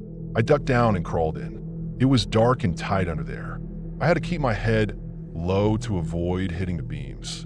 The ground was mostly hard-packed dirt with some rocks and patches of moldy insulation. I swept the flashlight slowly, expecting to see animal droppings, maybe some nests or torn-up trash. But what I found stopped me cold. Near the center of the crawl space, directly under where the cot sat inside, was a pile of crumpled, flattened leaves that looked like someone had been lying on them. Next to it, a threadbare blanket, stained and torn. Scattered around were cigarette butts, at least a dozen of them. They weren't old, either. Some still had the filters intact, and I could see the faded red smudge of lipstick on one. There was a tin can, opened and licked clean. And then, a little further back in the shadows, something metal caught the light. It was a kitchen knife, rusted, the handle cracked and splintered, but the blade still intact. I stared at it for a long time. My hands started to shake, and I realized I was gripping the flashlight hard enough to make my knuckles go white. That was all I needed. I backed out as fast as I could, not caring about bumping my head on the beams or scraping my hands on the floorboards. I slammed the crawl space panel shut and ran inside, heart hammering. I threw everything back into my bag in under 5 minutes, my clothes, food, gear. I didn't stop to clean or pack properly. I didn't care. I just wanted out. I took one last look around to make sure I hadn't left anything, then locked the door out of habit and got in my car. Even as I pulled away, tires spitting dirt behind me, I kept checking the rearview mirror. I don't know what I expected to see. Someone crawling out from under the cabin? Someone watching me leave from the trees? I didn't see anything, but the feeling in my gut didn't ease up until I hit the main road and had phone service again. I never told my friend the full story. Just said I cut the trip short, told him the raccoons were louder than I expected. He laughed and said, yeah, they do that sometimes. I didn't correct him. I didn't send pictures. I didn't go back.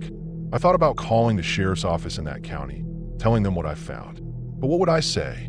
That I heard footsteps and found some old trash under a cabin? It could have been a squatter. Could have been a hunter who used the space to hide out. But those knocks that knife, I couldn't explain those. I haven't camped alone since. I still think about that first night sometimes, lying in the dark, listening to the footsteps.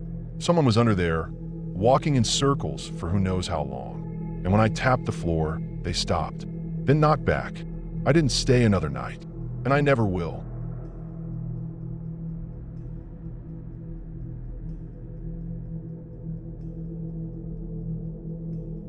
The Airbnb looked just like the photos. Clean, modern, a little minimalist. It was a second-floor apartment above a small grocery shop in a quiet neighborhood just outside the city. I had booked it for 4 nights while I was in town for work and to get some time alone after a long stretch of stress. The host had messaged me before I arrived, saying the place was occasionally used but would be vacant during my entire stay. I didn't think much of that wording at the time. The first night went by without anything unusual. I unpacked a few things, walked down to the store below for some snacks, then came back, watched something on my laptop, and fell asleep on the couch. I was the only one in the building for what I could tell. The place had this stillness to it. Old radiator pipes, faint creaks here and there, but nothing out of the ordinary. The second day, I went for a long walk around the neighborhood after lunch. It was overcast, a little chilly. I had locked the door behind me, double-checked it out of habit before leaving. It was one of those newer doors with a twist knob lock and a separate deadbolt, and I used both. I didn't even carry much with me, just my wallet, phone, and a jacket. When I came back about 2 hours later, I noticed the door was slightly ajar. Not fully open, just barely unlatched. I froze on the landing for a second, staring at it. I knew I had locked it. I remember twisting both locks, pulling the door to make sure it caught. Inside, everything looked about the same at first. But just as I stepped in and pushed the door shut behind me, I saw them. A pair of muddy shoes sitting just inside the doorway. Brown, cheap canvas sneakers, one of them tilted like someone had kicked them off lazily. Not mine. Mine were still where I had left them in the corner near the couch. I stood there for a good minute, trying to think of any way they could belong to someone who had a reason to be there. Maybe the cleaner? Maybe the host had come by? But I hadn't gotten any messages, and nothing else looked disturbed, at least not obviously. The windows were closed. No lights were on. Nothing missing, as far as I could tell. Still, I walked through the apartment slowly, checked the bedroom, the bathroom, opened a small closet by the hallway. Nothing, but the air felt strange, like someone had just been there a little while ago. That humid, slightly sweaty kind of smell, like a room that had been occupied briefly and not aired out. I locked the door again, this time checking it twice. Sat on the couch, didn't turn on the TV, didn't do anything for a while. I just listened. My ears were tuned to every small sound. The hum of the fridge, the occasional creak of the building settling. But nothing else happened for the rest of the day. That night, I couldn't sleep. I left one lamp on in the corner. I didn't want the whole place lit up. I didn't want someone outside to know I was awake, but I couldn't handle being in total darkness either. Around 1 a.m., just as I was drifting off on the couch again, I heard the sound. The door lock jiggled. Not violently. Not like someone was forcing their way in. Just that quiet metallic click and turn, like someone thought they had a right to be there. Like someone used to walking in without knocking. I didn't move. I barely breathed. I watched the door handle shift down. It didn't open. The deadbolt was still on. But the handle lowered all the way and stayed there for a second, like the person on the other side was confused why it wasn't opening. Then it lifted back up. I sat up fast and yelled out, not even thinking. Not words, just noise, something loud enough to let whoever it was know I was there. I heard the creak of footsteps moving away down the stairs, fast but not panicked. I waited a full minute, heart hammering, then got up and double-checked the locks again. They were still in place. I stood by the peephole for what felt like forever, but I didn't see anyone else on the landing. I didn't sleep the rest of the night. I sat in the chair by the door with the light off, listening. Nothing else happened, but I was wide awake until morning. Around 8 a.m., I messaged the host again. I kept it calm, just told them what happened. Asked if anyone else had access. I didn't expect them to admit anything, honestly. But about half an hour later, they replied. They said they were sorry, that the apartment used to be rented long-term to someone before they started using it as a short-term rental. The guy had moved out a few months back, but apparently still had a copy of the key. They said he had trouble letting go and had shown up a couple times, but they thought it had stopped. That was it. No apology.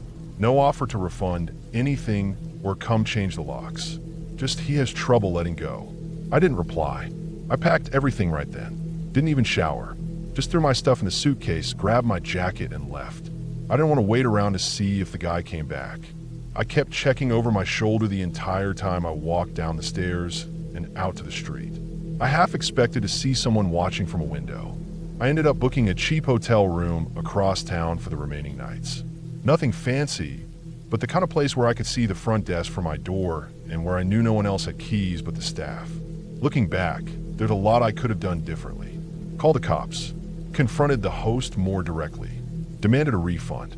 But in the moment, all I wanted was to get out of there. The feeling of someone trying to come in like it was still their place, like I was the intruder, it stuck with me. That sense that someone else believed they still belonged there and didn't think they needed permission to walk in. It wasn't some dramatic ending. No fight, no shadowy figure in the hallway. Just a door that almost opened and a man who walked away when he realized someone else had locked it. But that was enough. It was real. Too real. I haven't used Airbnb since.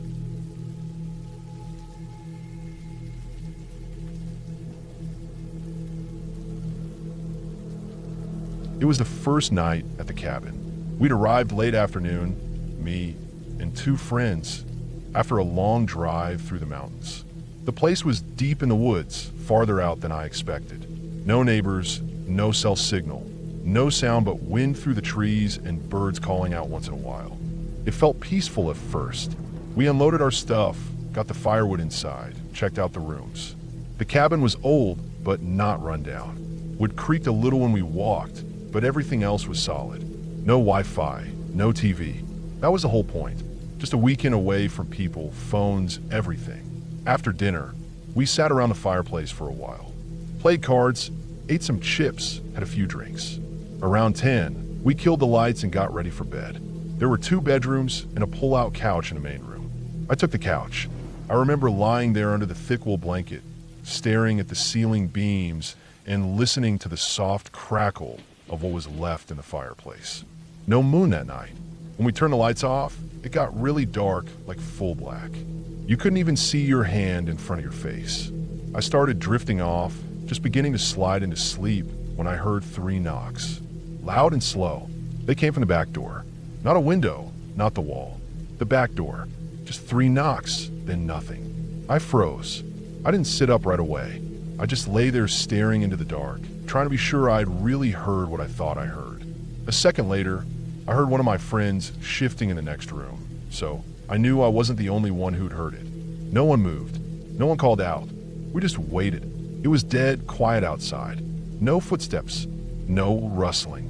Just a fire popping now and then. I sat up slowly and squinted at the back door. From where I was lying, I couldn't see it, but I kept listening. About a minute passed. Maybe less. Then, 3 more knocks. This time, they came from the front door. Same pattern. Same slow, heavy rhythm. I turned and looked toward the front window. There was no porch light, and it was too dark to see anything. I stood up and walked slowly over to the window, not turning any lights on, just moving quietly. I cupped my hand around my face and pressed them to the glass to block the reflection. I stared out into the woods. Nothing. No movement. No flashlights. No shapes. I held still and just listened. I couldn't hear breathing. Couldn't hear footsteps. I stayed at the window for a while. My heart was beating heavy in my chest. Not panic, just alert. Focused. I looked toward the driveway, but there were no headlights, no tail lights, no silhouette of a car. If someone was out there, they hadn't driven, or they'd parked way out by the road and walked in. Still, no one moved. No more knocking came. We didn't speak. I didn't even see my friends, just heard one of them shut their bedroom door quietly a little later. I guess we all agreed silently not to answer, not to open the door. I stayed up for another hour, maybe 2, just lying there with my ears tuned to every sound. A raccoon moved through the leaves once.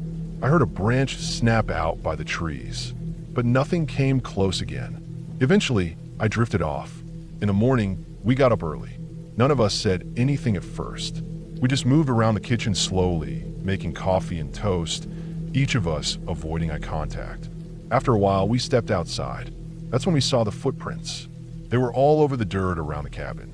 Not just a few. There were dozens, maybe hundreds. The ground was soft from a rain the day before, so the prints had sunk in deep. Most of them looked the same. Same size, same tread pattern. A flat rubber sole with a worn heel. They circled the cabin over and over. Not just passing by. Whoever it was, they'd walked around the cabin again and again. They'd stepped up close to the windows. The shoe prints were right under the glass in the front, right under my window by the couch, right by the back door. Then they'd loop around the sides and come back. Around and around. In one place, the footprints had overlapped so many times that the dirt was churned up. It looked like whoever had stood there for a while, just standing. Not moving, not pacing, just standing still. There were no other prints. No dog tracks, no second person, no tire marks. Just that one pattern. One person, probably a man based on the shoe size, walking in circles around the cabin in the dark. We followed the prints out toward the tree line, but they disappeared a few yards in. The ground got rocky and dry. No tracks after that. Nothing to follow. We didn't say anything dramatic. No one freaked out. But the tension between us was thick. We packed most of our stuff before noon. We didn't even talk about staying the extra nights we'd planned. We left that afternoon. The drive down the mountain was quiet. I watched the trees for a while through the window, half expecting to see someone watching from behind them. I never did. We didn't report it. What would we say? No damage, no forced entry, no crime. Just knocking and footprints. That's all it was. But that was enough. Weeks later, I thought back on it and realized something. The knocks had come from both doors, back then front, less than a minute apart. To do that, someone would have had to move around the cabin in the pitch dark and silence, without a flashlight, without tripping or making a sound, and then stop right in front of the other door to knock again. Then vanish. Or maybe there were 2 of them, one at each door. That thought still sits in the back of my mind. We never went back. We don't talk about it anymore. But I still think about the man walking circles around the cabin, over and over, in the dark, watching us sleep.